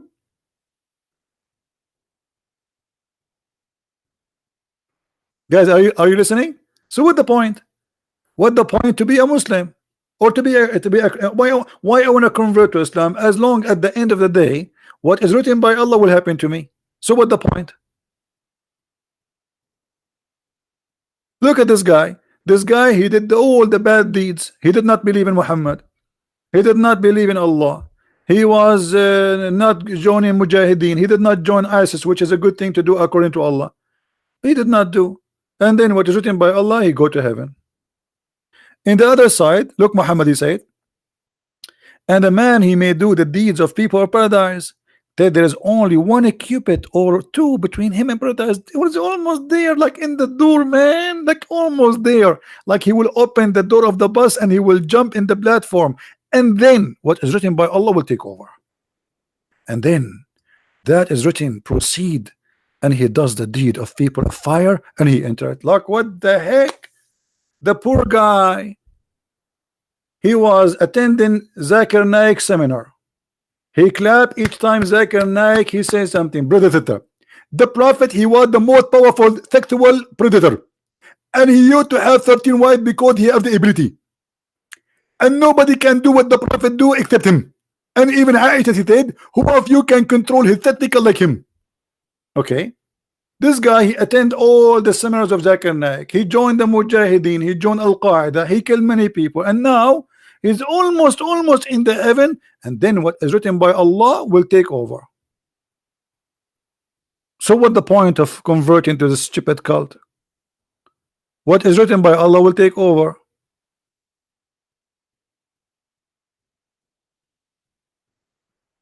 Any Muslim have a comment? Who is the stupid here? And you want to tell me that this is da'if? Good try. This is Sahih Bukhari. Go to Saudi Arabia and tell them Sahih Bukhari is da'if. They will put you in jail.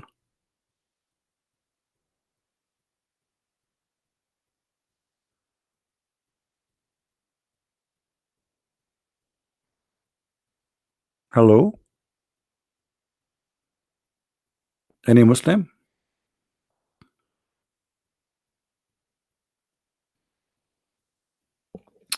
Das. You keep repeating this. Come on, we get it. We get it. I know you are joking. Listen, guys. What about adultery? Why we do adultery?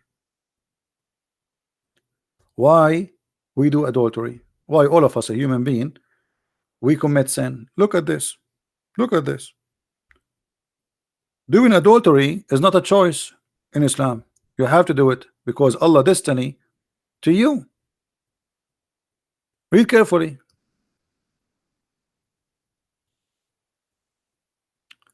The Prophet said. Who said? The Prophet, not me. This is Sahih. We can show it to you from all books, from Sahih Bukhari, from this is Sahih Bukhari. So whatever you want. The Prophet said that adultery is what is written by Allah for you. Allah, He wrote His share of adultery. Read carefully, guys. Not me. I'm not the one who's saying that. I'm just reading for you, even the Muslim translation. The messenger said, Allah has written for the son of Adam, which means all of us, mankind, his inevitable share of adultery. It's written for us. Oh, each one of us, how much adultery he will do, it's written by Allah. So when you do adultery according to Islam, you are not doing adultery. It's Allah who made you do it. I mean, have you ever heard of something stupid like this? So why you punish the guy for committing adultery if Allah who wrote it for him? You know what I mean? Have you ever heard of a stupid cult like this? If Allah is the one who wrote for me, oh Christian Prince, in the day of etc., you will do etc., you will go and date a monkey. Okay, and then why you want to punish me for adultery if you are the one who wrote it for me? Does it say in front of you, Allah has written for the son of Adam his shares of adultery? Written, destiny. Whether it's where or it's not. Adultery of the eye is looking, adultery of etc. All kind of adultery is written by Allah. So why I will be punished for adultery?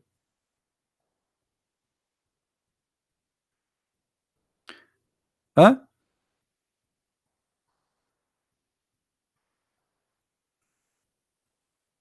Any Muslim want to say something? Fadi, you want me to call him? Is that your ID in Paltalk, Fadi? Is that your ID in Paltalk?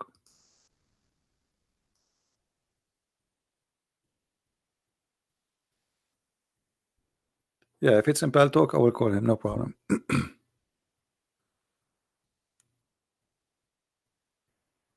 Any Muslim?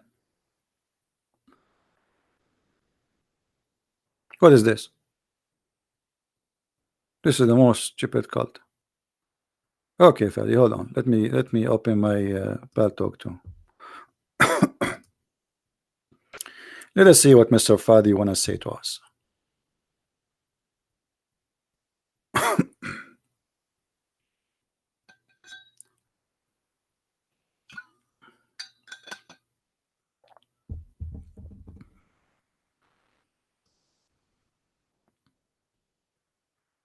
Let us hope he will make a smart decision and he will leave the cult of Islam.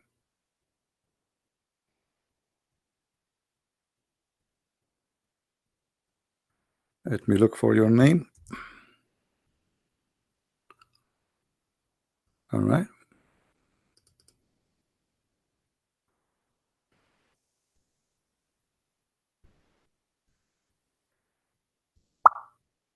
Okay, Fadi, I just send you a text. Please answer. It says you are offline still. When you come online, give me a call right away.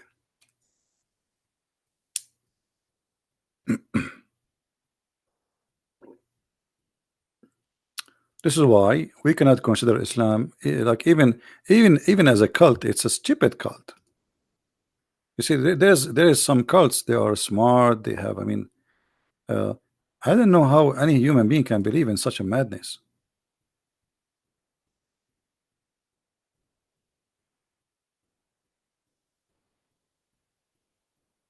Fahim is a kid. You know, before he called me in Skype and he played for me Arabian love songs. You know, I'm waiting for you, Fadi.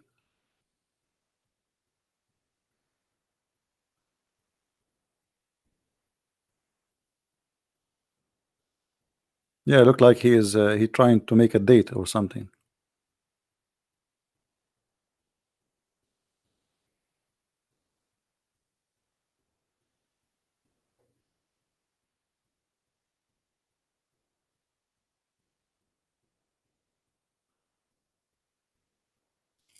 Hey, Fadi, why you are taking you so forever to open your Paltalk?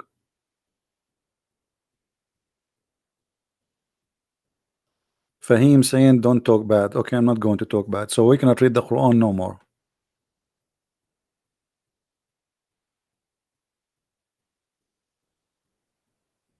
Hmm?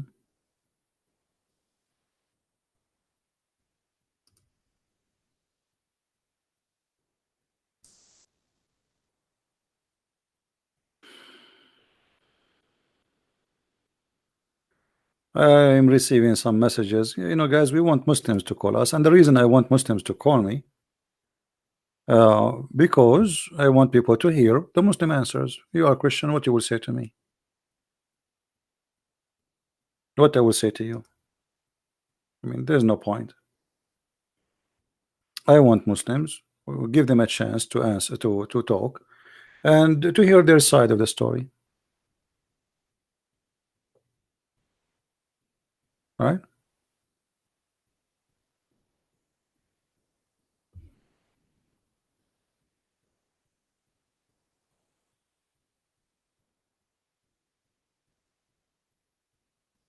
So, Fadi, what's happening? Why it's taking you forever?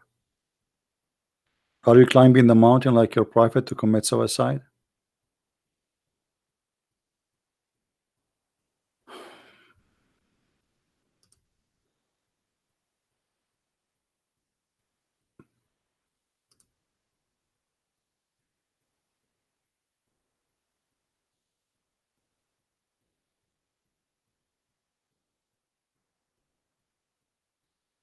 Maybe he was just, making things up. He want to call. So, do we have any Muslim have any comment about Allah? He wrote your destiny to commit adultery. What about the sin of Adam?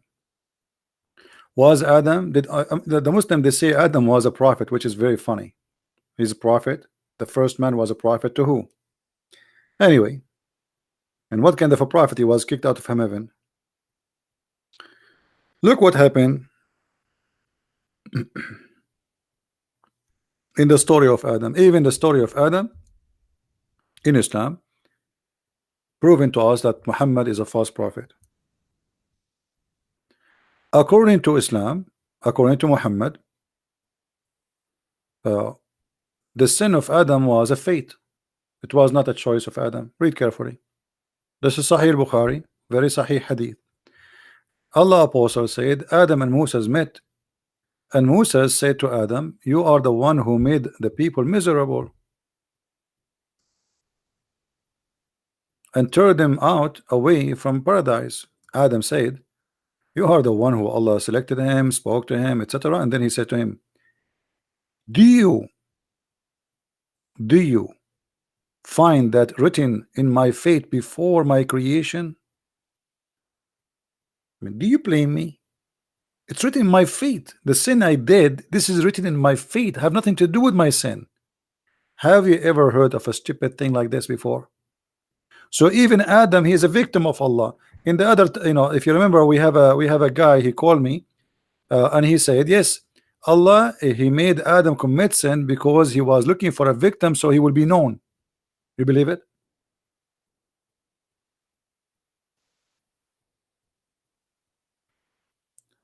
Do you blame me? Adam, he said to him, do you blame me for something ordained for me? Ordained. Adam, you cannot blame Adam. It's a sin ordained. So what kind of religion says such a stupid thing?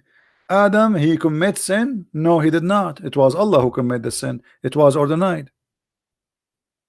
Ordained before his creation. Allah, he decided that Adam, I will create a guy and I will make him commit sin and I will kick him out from heaven. And even in this hadith here it says, do you blame me?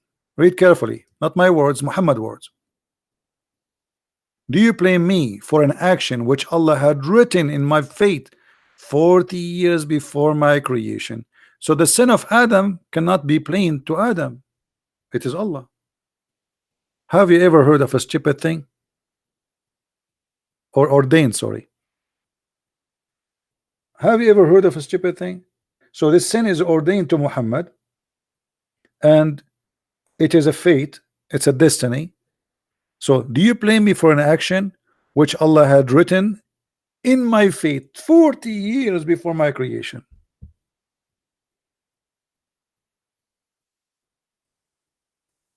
What do you say, Muslims? So our sin, and we cannot be blamed for. So what is hell and heaven about then in Islam? I mean, how stupid this story is. If Adam commits sin because Allah, he forced him to commit sin, and we cannot blame Adam for his sin. And we showed you that Allah, he wrote the sin of every human being, his portion of sin. It's in his fate. So why we are going to be punished?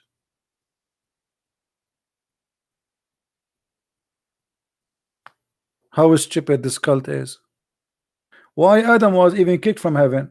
If this is written for him, where is justice?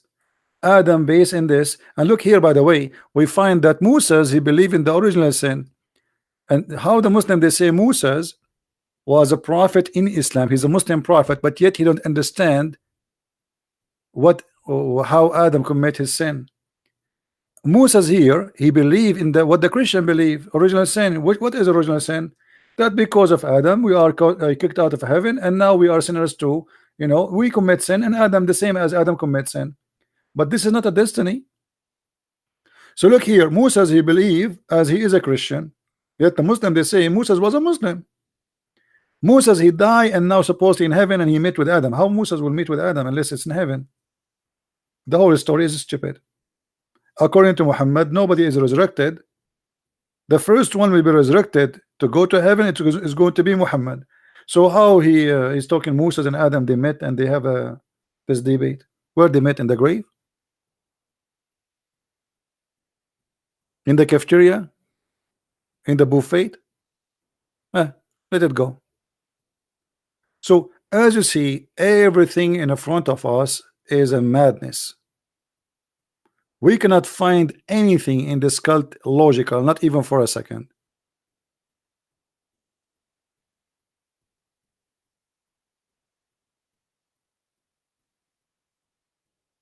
Any Muhammadan have a comment?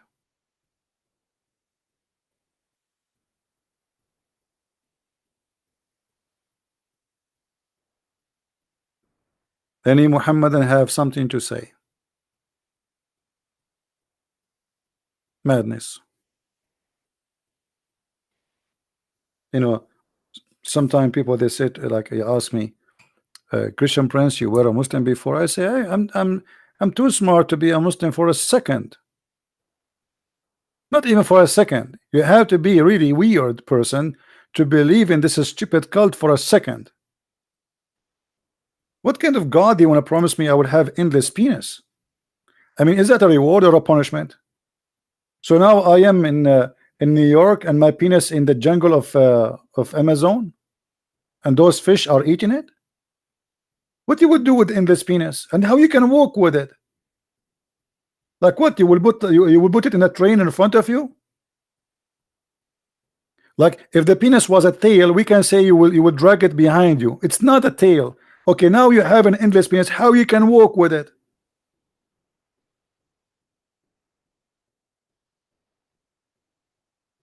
And what kind of God he opened for me Las Vegas? Like, you know, there is 70 women, they are waiting. What does that mean? This is scary. 72 women at least. The lowest reward is 72 women. The lowest reward. What they would do with them?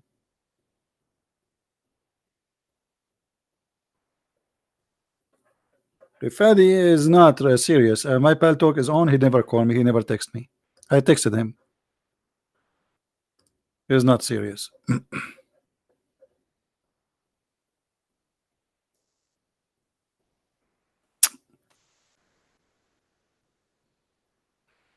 Any Abdul?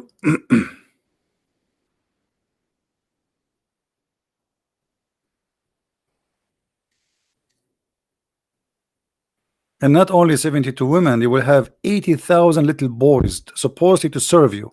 I mean, 80,000 boys, child abuse in heaven, slavery for children in heaven.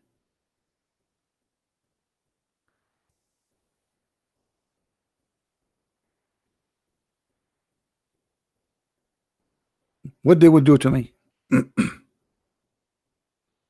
The least of the people in paradise in possession is one with 80,000 boy, not servant. Suppose they are servant, yeah, but they are boys. The Quran speak about them. And then 72 women, and every woman, look at this. All the people in paradise, they will be 30 years old. All the men, they will be 30 years old.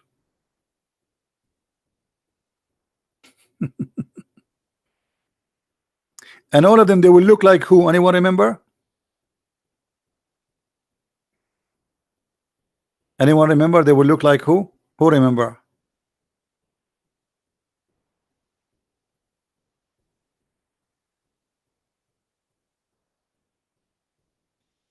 I downloaded the app. It is in my desktop. Double click, nothing pop up.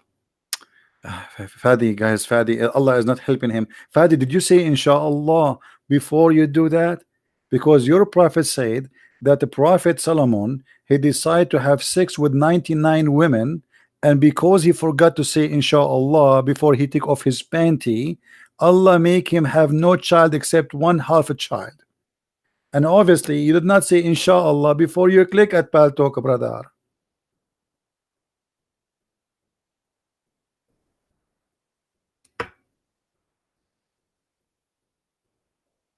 Hmm?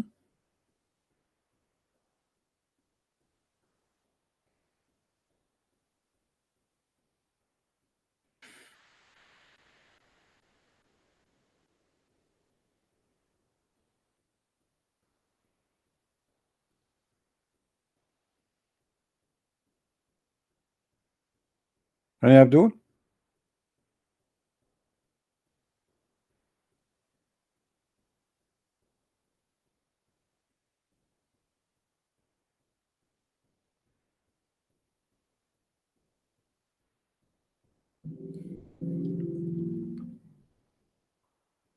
Anyone?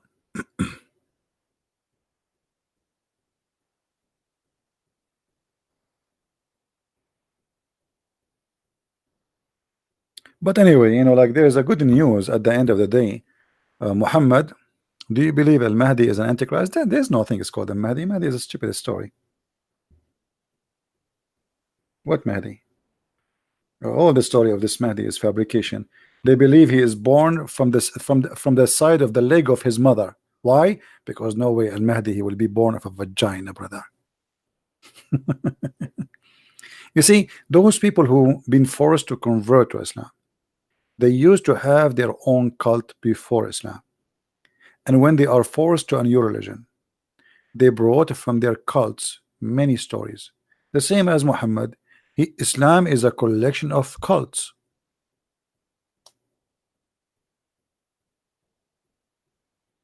Al-Mahdi, you're right.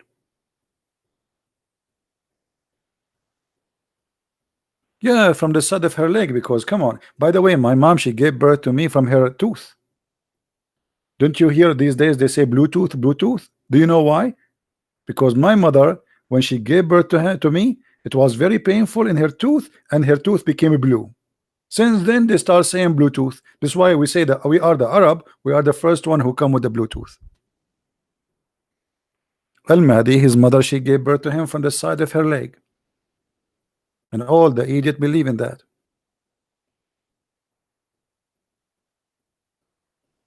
At least they did not say from her finger, you know. And by the way, soon the Kaaba will not be the center of the Muslims. The biggest visitors for Muslims now is Karbala. Let me show you. Hold on. Anyone knows what Karbala is? How many of you knows what is Karbala? Let us see if we can find. I wish I can play for you. There's live TVs for Karbala, you know, but they might claim. Look, this is the biggest. You know, most of Muslims do not. Most people do not know. They think the Kaaba is the best, the biggest gathering for Muslims. It's not true. The Shia, they have the biggest gathering for Muslims in the world. Look at this. Look at this. All those people, they creep in their belly. They don't even walk. They are not allowed to walk. They creep in their belly to go to the grave of Al-Hasan al-Hussein. Do you believe it? Millions. Look at the grave. Look at the grave, covered by gold and jewelries, and people are dying to kiss it, to touch it.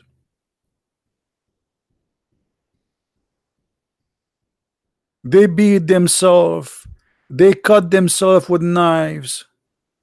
Mecca is gone. Mecca is history, and the Shia Islam is taking over. Shia, a lot of Muslim Sunni are leaving to Shiaism. Look at the mosque. The whole dome is covered by gold, covered totally by gold.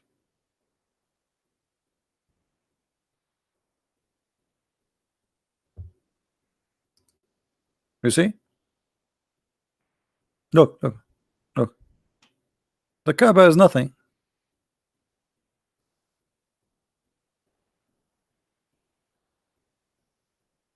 Maybe we can make a special a day about you know, about this.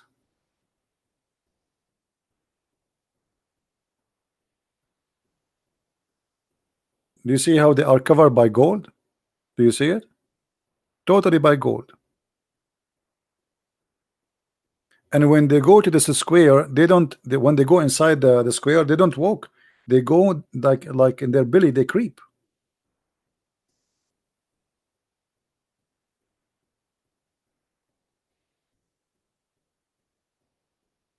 No, the Shia are very poor.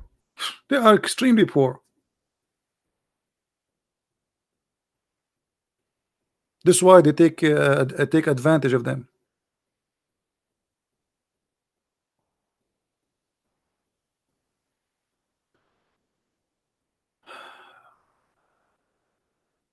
What is what? Appetizing? I'm not sure what this word mean, Benny Yusuf. Appetizing? What appetizing mean? Is that from appetite? What make people like it, you mean? Well, because Shia are, you see, there's many things the Sunni they changed in their cult, and there's many things the Shia they changed in the cult of Muhammad. As an example, the Shia are truthful more when they say that the Mut'ah never been cancelled, and this is the truth. The Quran, the verse is there. The Muslim Sunni, they changed, but the Shia they changed a lot too. So both of them they are in competition, and they claim that you are the one who will go to hell, we are going to go to heaven. But but both of them, they have a lot of, I mean, everything they believe in is garbage.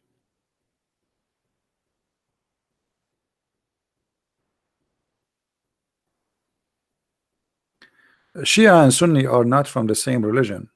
They are not. Like, we might say, okay, they are Muslims supposedly, but they are already different. As an example, the Shia, they believe that Muhammad and his family, they are created from light. They are not a human. They come in the form of a human, but they are not a human. They used to be 5 stars in the forehead of Allah, and then Allah, he sent them from his mercy. He sent them from his head as a lighting for mankind. And they say, where this is coming from? They say to you, we can prove it to you from the Quran. You know, the Quran says that Muhammad sirajan mudiyan. All right, chapter 33, verse number 46. So the Shia, they use this verse to say that Muhammad and his family, they are not a human, they are light. They are the same as Allah, because Allah, he compared himself to the lamp. So they are created from the light of Allah, and they themselves, they are made of light, but they come to us in a form of a human being, but they are not a human. Actually, I wish I can play for you some Shia videos. You will die laughing. I find the Shia, sometimes I watch Shia TV just for entertainment. It is the best comedy ever. As an example, the Shia, they believe if you wear a black shoes, your penis will never stand even for the anthem. I don't know if you have my book Sex and Allah, you can read a lot of information about the madness. This is why if you want to have good sex, you have to wear a yellow shoes. Let us see how many of you now will go to the shopping and you start buying yellow shoes. If you are not able to have sex with your wife, my friend, look at the color of your shoes. Here we go. It is black. Here we go. I feel sorry for you. If you look at my shoes, I will never buy black shoes. Never, never. No way.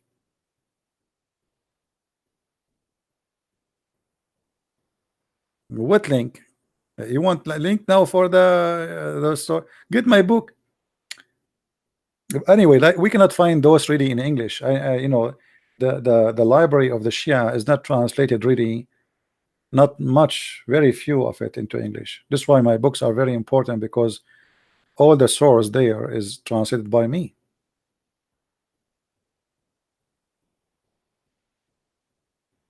How did Ahlul Bayt get killed if they all had a perfect knowledge?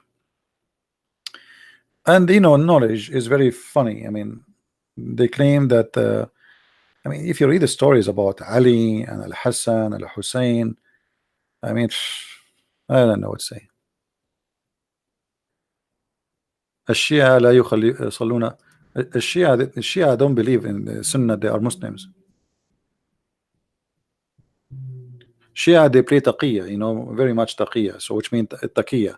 So if you go, if you are a Shia between Muslim Sunni, he will say, oh, we love you, we are Muslim like you, but but this is just for protection. Let us show you some reference, even though this is not our topic for today, but we can add some spice to the topic. But maybe it's better to make a just a video about. All right, as an example, if you wash in a dish or a container, if you wash yourself from a container made from mud, anyone knows what will happen to you? Who remember?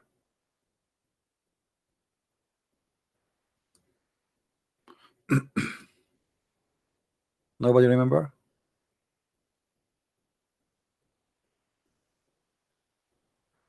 So if you use such a dish, you will become a gay. I'm just warning you. Those in old days, people don't have a container made from metals. I mean, most of people, they are poor, so they make a mud, right? And the mud is burned. This is usually is made in Egypt. So if you make a mud and you make a dish from mud and you wash with it, then bad things will happen to you. And the most important thing will happen, you will have a, if not you, your son will be a gay. All right, let me show you some reference. Hold on. This is like the Shia.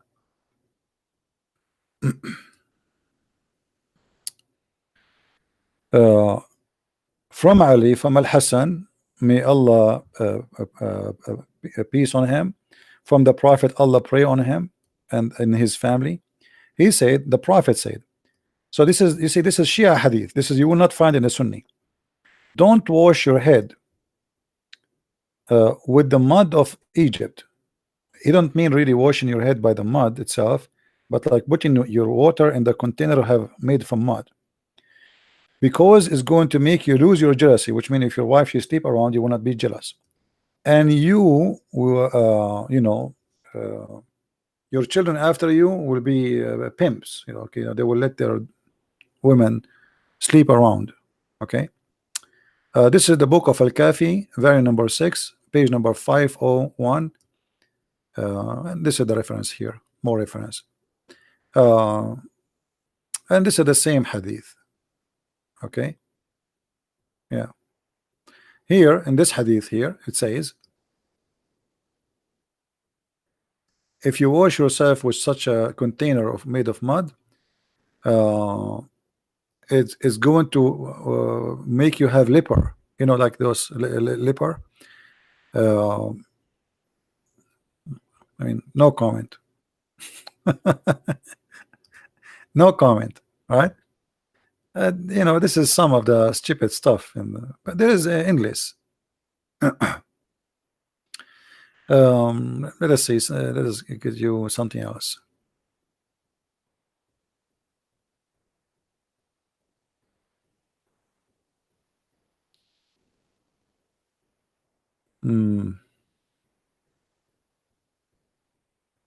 If you have sex with your wife from behind, your son is going to be mute. Oh, sorry, not from behind. If you speak, if you speak when you are having sex with your wife, I don't want to go in details, but when you are going to enter, you know what I mean? I'm not going to talk more. When you go the entry business, then your son will be mute. Let us see. Here we go. This is the hadith. The book of Shaykh Hadi Najafi, volume number 9, page number 404. It says,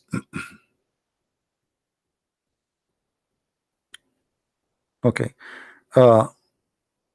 be aware not to talk during having sex when you enter your, into, because that will make your seeds be mute. They cannot talk.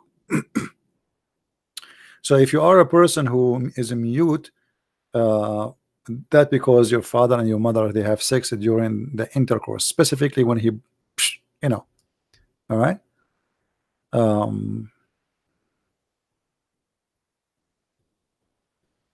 I mean, all those stories, and the book of Al-Kafi, by the way, is the same as Al-Bukhari for the Sunni. So Al-Kafi is like when you say Kafi, the book of Al-Kafi is the same as Al-Bukhari, the most authentic reference for the Shia. All right. Madness. So Shia, they have, not only Sunni, they have stupid stuff. Shia, they have even more, a lot more actually.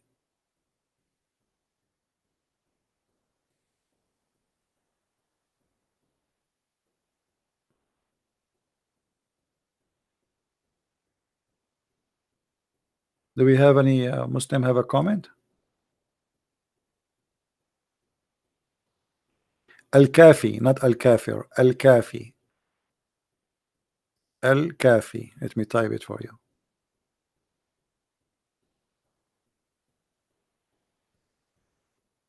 Al-Kafi. Oh, I'm typing in yellow. Hold on.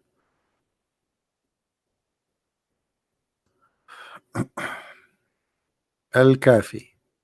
This is equal to Al-Bukhari. But this is a Shia book, which means if you read from this book to a Muslim Sunni, he don't accept it. Okay. Now both of them, they are hypocrite. If there is a hadith in this book they like, they say we accept it. You know what I mean? The same as the Shia. They say Al-Bukhari is full of garbage. They don't accept it. But the second the hadith is fit with their religion, they say we accept it.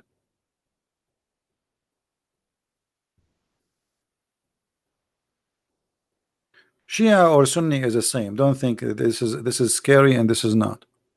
Shia and Sunni is the same. It's the same. It's the same as you know, believing in violence, because Islam is based on violence anyway. You see, even the grandsons of Muhammad, they've been killed by Muslims. This is telling you a lot about Islam, the nature of Islam. The caliphate, all of them, they are killed by Muslims, not by the Jews, not by the Christian, not by the Hindus, by the Muslims. Grandsons, the family of Muhammad, killed by Muslims. What do you want more? Which is better? None. None. Both of them, they practice taqiyya and they lie. But Shia, I find that Shia, like let us say if Muslim Sunni, they like maybe 85% of the time, Shia, they are skyrocketing in lying. Like they are 110 of 100 lies. Nobody beat the Shia in lying. Like there's a guy, his name Imam Tawhidi. I'm sure many of you heard of him, right? This guy is a big fat liar. If you speak Arabic and you watch my debate with the head of the Shia in USA, the guy, his name Sheikh what his name? Hisham Hashim Hisham al-Husseini. Hisham al-Husseini. He was even a consultant for the idiot George Bush.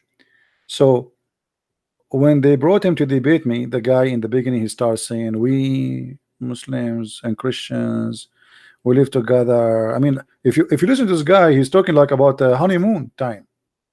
I mean, at that time we are having the debate, Christians are being slaughtered in Iraq, and he is making a speech about how nice and Christians and Muslims living together, brother. And I made him shish kebab. If you watch the debate, you will see the guy, his head is flipping.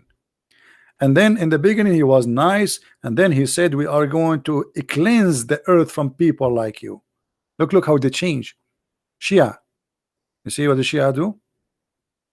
In the beginning, Christians and Muslims, we are brothers, and then he said clearly that he will cleanse the Zionists. He accused me to be a Zionist. Anyone who say the truth is a Zionist, and he will cleanse Israel from people like me, which means the Zionists supposedly.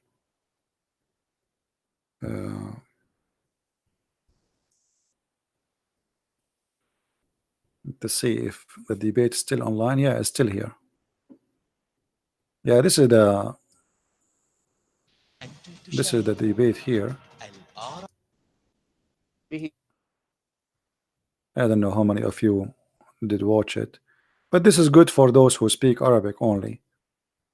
You know, if you see the comment, the Muslim, they were saying, this guy, you paid him, why he was speaking stupid, there's no way this guy, he know what he's talking about, you know.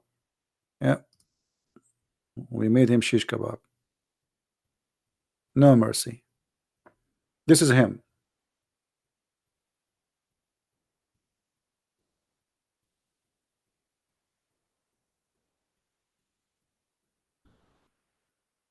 And this is the problem, since we have debate with those people, you know, nobody dare to come and debate me. That's it. Like it's one time mistake. It's one time mistake. You can't repeat it again. All right? And then if you go, like now he started flipping his head at the end, you should see what happened. Let's move to the end. He started dancing his head, flipping, he is angry, and look at him. Look now. Look at him. those who speak Arabic.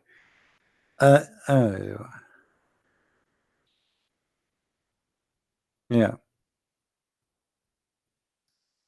إسرائيل كلما I don't know. I was talking what I'm saying here with the headphone. أمريكا وتدافع عن إيران ونحن ليس لنا علاقة أصلا بالموضوع بإيران. هو من تكلم عن إيران، نحن نتكلم عن القرآن وإذ به يقفز إلى إيران، ثم تقول أنكم دين سلام. أليست الآية في القرآن كتقول ولا تهنوا وتدعوا إلى السلم وأنتم الأعلون، بمعناه أنكم لا تقبلون السلم. And the funny guys, he is a Muslim sheikh. He cannot speak good Arabic, classic Arabic.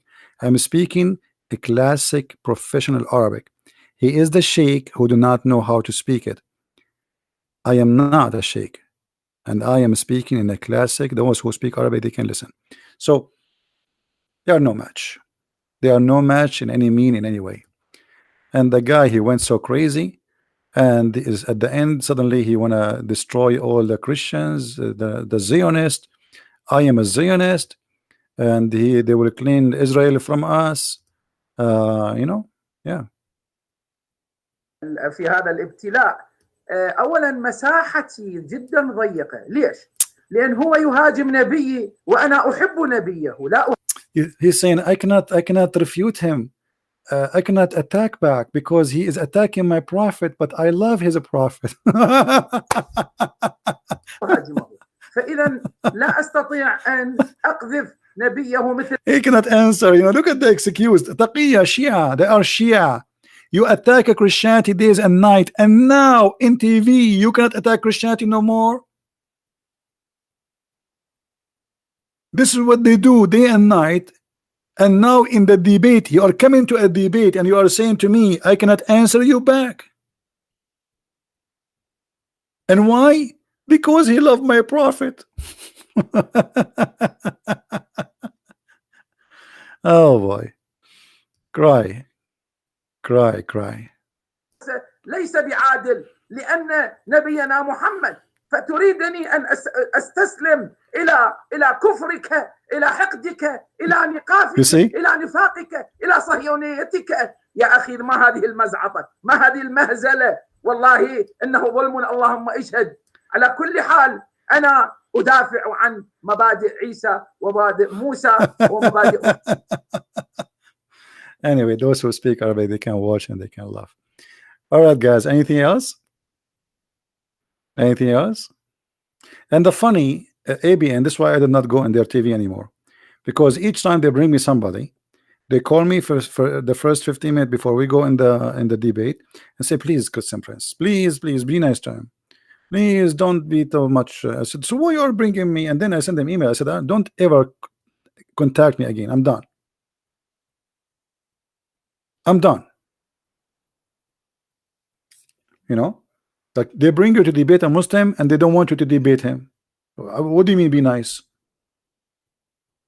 They want him to come back and they are afraid he will never come back. I don't care if he come back or not. I am here to get him busted.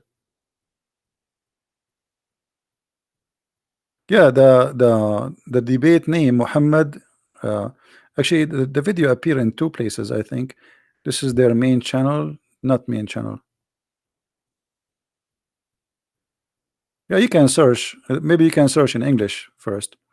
Christian Prince verse, but this is one is 13 minutes only.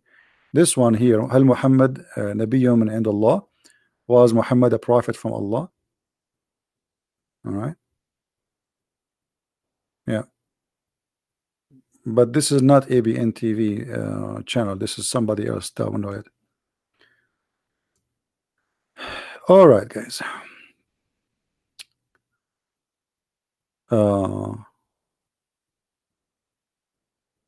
Can you show more hadith of Al-Kafi? The whole Kafi is a joke.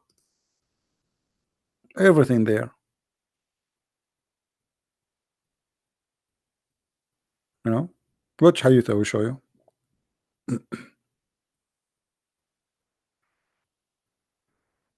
Your name is Al-Mahdi, right? The guy who's asking me, are you a Muslim? Do you know that Al-Mahdi is going to appear in the judgment day and he is going to be naked?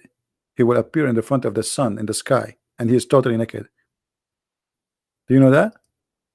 The guy who called himself Al-Mahdi? Are you a Shia, my friend? Al-Mahdi?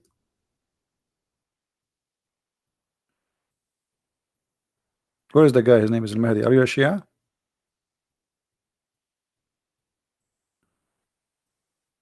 He will appear in the sky and he is wearing no clothes, and he will appear in the front of the sun, like he is in the sky, the sun behind him. And you can you can imagine the effect. I don't know why you are a Shia. Okay, let me find you the hadith then. Uh,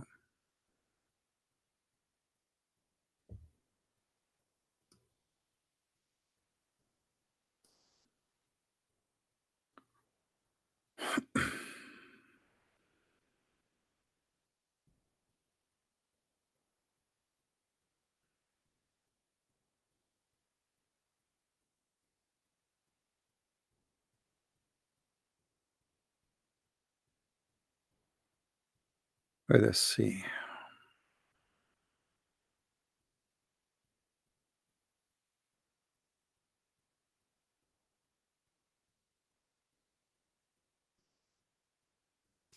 All right. You see, I don't want to show you from a place which is not Shia.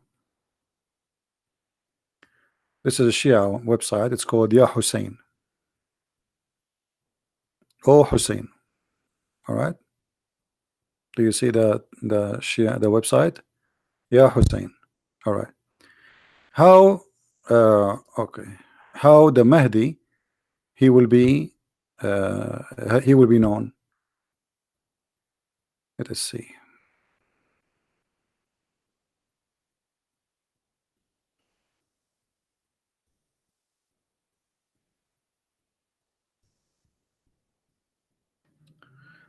Read the reference with me. The book of حق اليقين لمحمد الباقر المجلسي, page number 347. إن من علامات ظهور المهدي أنه سيظهر عاريا أمام قرص الشمس. Do you see it? Did you see it, Mr. Mahdi? As long you are a Shia. Let me see if I can get you more official links for this.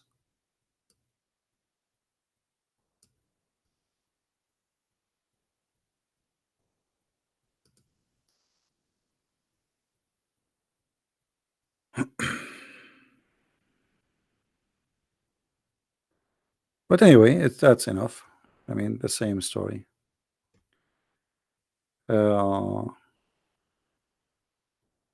What is the sign of somebody he is an imam, according to the Shia? Which is very funny. He will be born and he have no peace in his penis.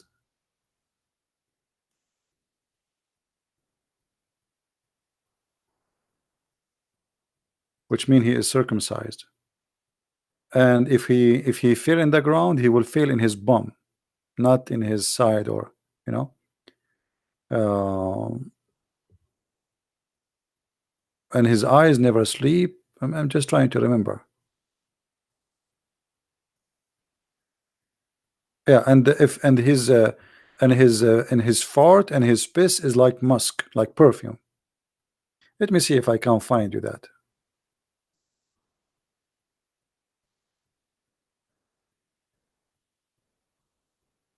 There's endless of stupid stories, you know. I mean,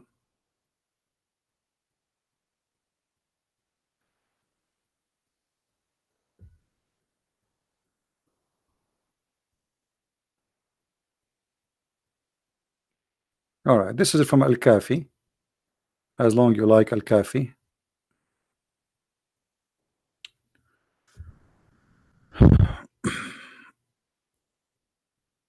And here all this stories is sexual, as you see. But let us go to where.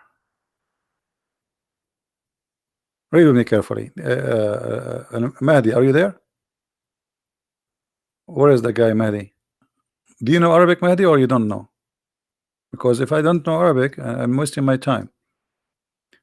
Read with me. The 10 signs of the Imam. He will be born and he is circumcised already. No, you don't see the screen. Hold on. He will be born and he is circumcised already. and if he failed, he fell in his ass. And and when he fell in his ass, he will say Shahada right away. And then he will never be dirty from orgasm. And when he sleep, his heart never sleep. He never yawn, and he never, like, what, I don't know what they call it in English, like when you yawn or and you like extend your arm like you know what I mean? I don't know what they call it in English. I have no idea, you know. So he don't yawn, and he don't extend his arms, like, you know. And then he can see what is behind him, and he can see what is in front of him, and his piss and his fart is the same as mosque. Are you there, Mahdi? And this is the book of Al-Kafi. Here we go. This is Al-Kafi, Al-Shaykh Al-Kilani, volume number 1, page number 288. And you know what? Let me see if I can translate the page in English. I open it in Google. Okay, here we go. Let us see the translation, how it's going to be. I don't know if the translation will come good or not, but we will try. Read carefully. The 10 signs about the Imam. He's born cleansed. Not true translation, not correct. He will be circumcised, sealed. And if he fell upon in the ground on his comfort, doesn't say that. It says his ass, like his bum. And he rise in his face saying the Shahada certificate, Shahada, you know, like the second he fell in his ass, right away Shahada will come, like Ashhadu la ilaha illallah. Okay. And then he sleep, yeah, but his eyes, but his heart is awake. He do not know do yawn, and does not, you know, extend his arms, like, you know. And when he do fart, his fart, it's proceeding, and his piss is like smell like a musk. Do you see it? Are you there, Mahdi? This is your books. This is your the same as Al-Bukhari for the Sunni. Do you really believe in this, Mahdi? What do you think? By the way, you know, when I fart too, my fart smell like musk. Actually, I'm thinking to sell some of it in Amazon or some stuff, you know. Do you really believe in this, Mahdi?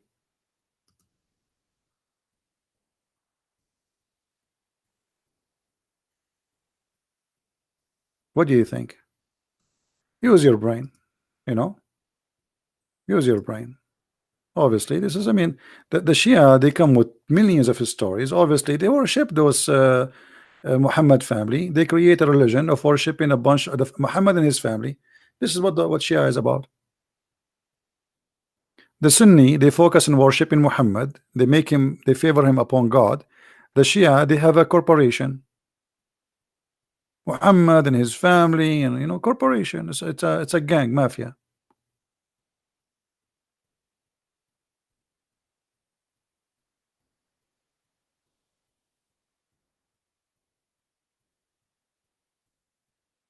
Any Shia want to say something? Who won the link? Who won the link? But I don't know if it's going to open for you, because this is now translation. If you want, I can give it to you, no problem. But let us see if it's going to go through. Is it coming?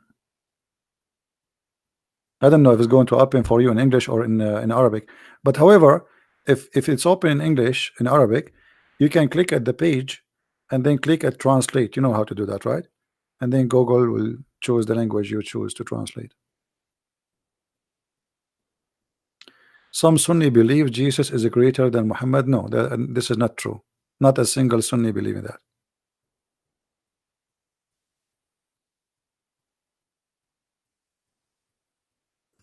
Did the link come to you?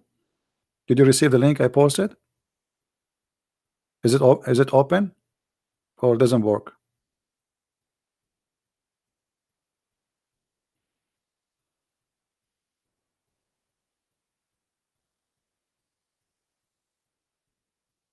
Okay. Yeah, you can click at the page.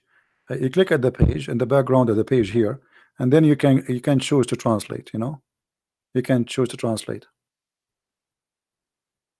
and it's at the end. You go down, And here you will see another funny story, you know,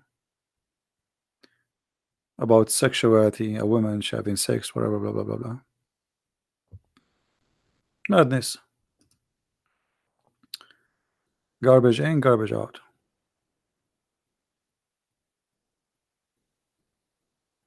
Any Abdul?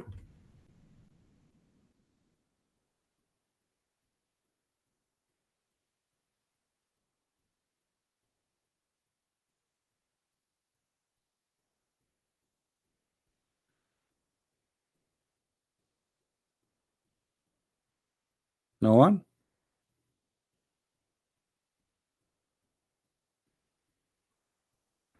Let me find you the one about the yellow shoes. Hold on. Yellow shoes.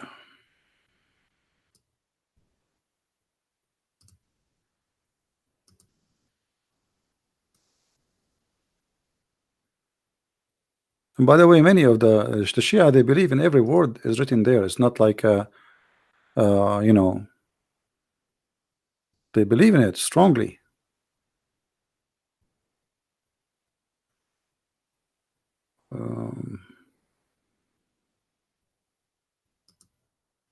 Here we go. This is the book of Wasail al-Shia. It's the same as Al-Kafi too. I hope Mr. Al-Mahdi is listening and reading with us. It says here,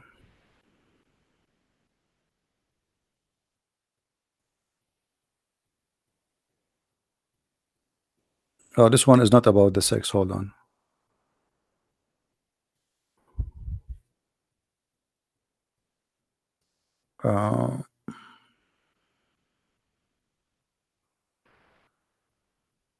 Maybe, okay, I think maybe the second page. Anyway, this is the book of Wasail al-Shia by Al-Hurr Al-Amili, volume number 5, page number 69. And here it says, the one who wear yellow shoes, there's a three things, like three favorable things will happen to him. What are they? Let us see the page after, page number 70. It says, it make your vision clear and will make your penis straight and strong and is going to kill your worry. Let us try translate the page.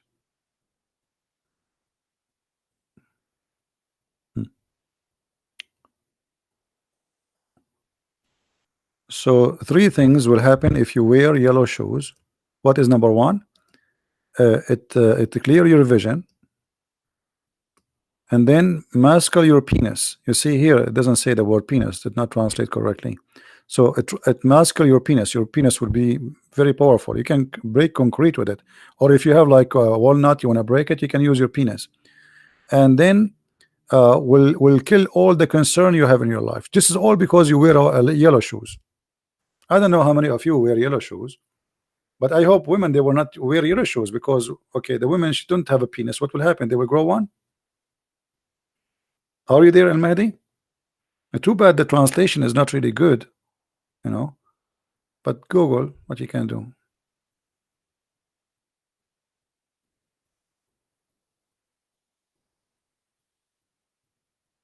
Yeah, if you have yellow shoes, your penis will be very powerful and your vision will be good. So why my eyes is so good? I mean, I can read a number from the end of far away, but I don't wear yellow shoes. Huh? Not sure.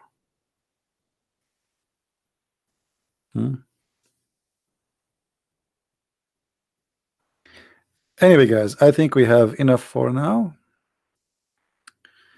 and we try to. I will try to come tomorrow. Did we have a good time, guys? Now I want to see how many of you tomorrow will come here wearing your yellow shoes, especially men. I don't want to see women wearing yellow shoes. Otherwise, you will grow something you don't want to be there. That's not a good news for you. All right. So let us see how many of you will jump in his car immediately, and he will go and just buy yellow shoes.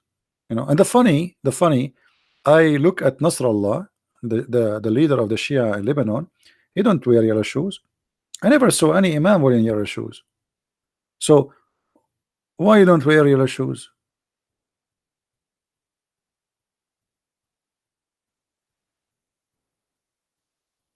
Let me give you the link here. But as you see, the translation is not good. Let me switch to the original page, and then you can, at least you have the original one in Arabic. Even YouTube did not allow it to go through because the link was so long. But anyway, this is the Arabic one. Oh, did not go through too.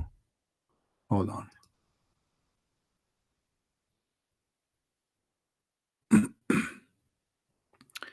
I guess because it has Arabic, and Arabic make it, yeah, it doesn't go through.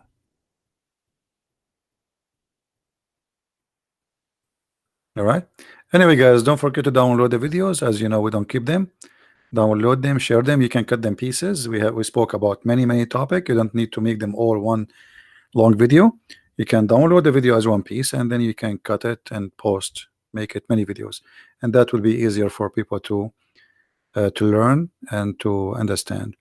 And I assure you, many of the Muslims who watch our videos in the beginning, they reject, they fight, they get angry, but they will see, okay, this guy is showing us everything in front of us, correct? Everything is there. I mean, he's not lying. Where he lie? He's showing us on the screen what he is reading from our website. Those sites are printed, published, paid by Muslims. What do you want more? From their books. So in the beginning they might be angry and etc. But then they will give up. This person is saying nothing except what is written in our books. And this is why I say don't be angry from them when they get upset from you, because they are struggling. The more they are angry, the more they are in struggle, not because they are comfortable, because they could not believe it that their book is full of this garbage. So they go in a stage of a denial, and they think by screaming, by shouting, by calling names, by making death threat, they think they can stop what is in their head. It's already in their head, and they are like, okay, I'm not going to listen to this, you know. But you know, they try to resist, but it's not going to work. At the end of the day, we are saying nothing but the truth. Anyway, I must say thank you guys for being here, and I hope I will be able to come tomorrow. If not, by the day after. Don't forget to subscribe to our channel if you like what we do. And as you see, what we do here is a free school for everybody, and everybody is welcome to invite his friends and learn, take notes, save reference. Anytime you find something in the screen you think it's a good reference for you to save, it's very easy. Pause the video, type the exact words, especially we're talking about English. Type the exact words you see in the screen, like 5 or 6 of them in Google. You will find the reference immediately. It's very easy. All right. So I want to say thank you. May the Lord bless you. And Christ is Lord. Islam is nothing but a stupid fairy tale stories, and we prove it every day. See you tomorrow. Bye bye.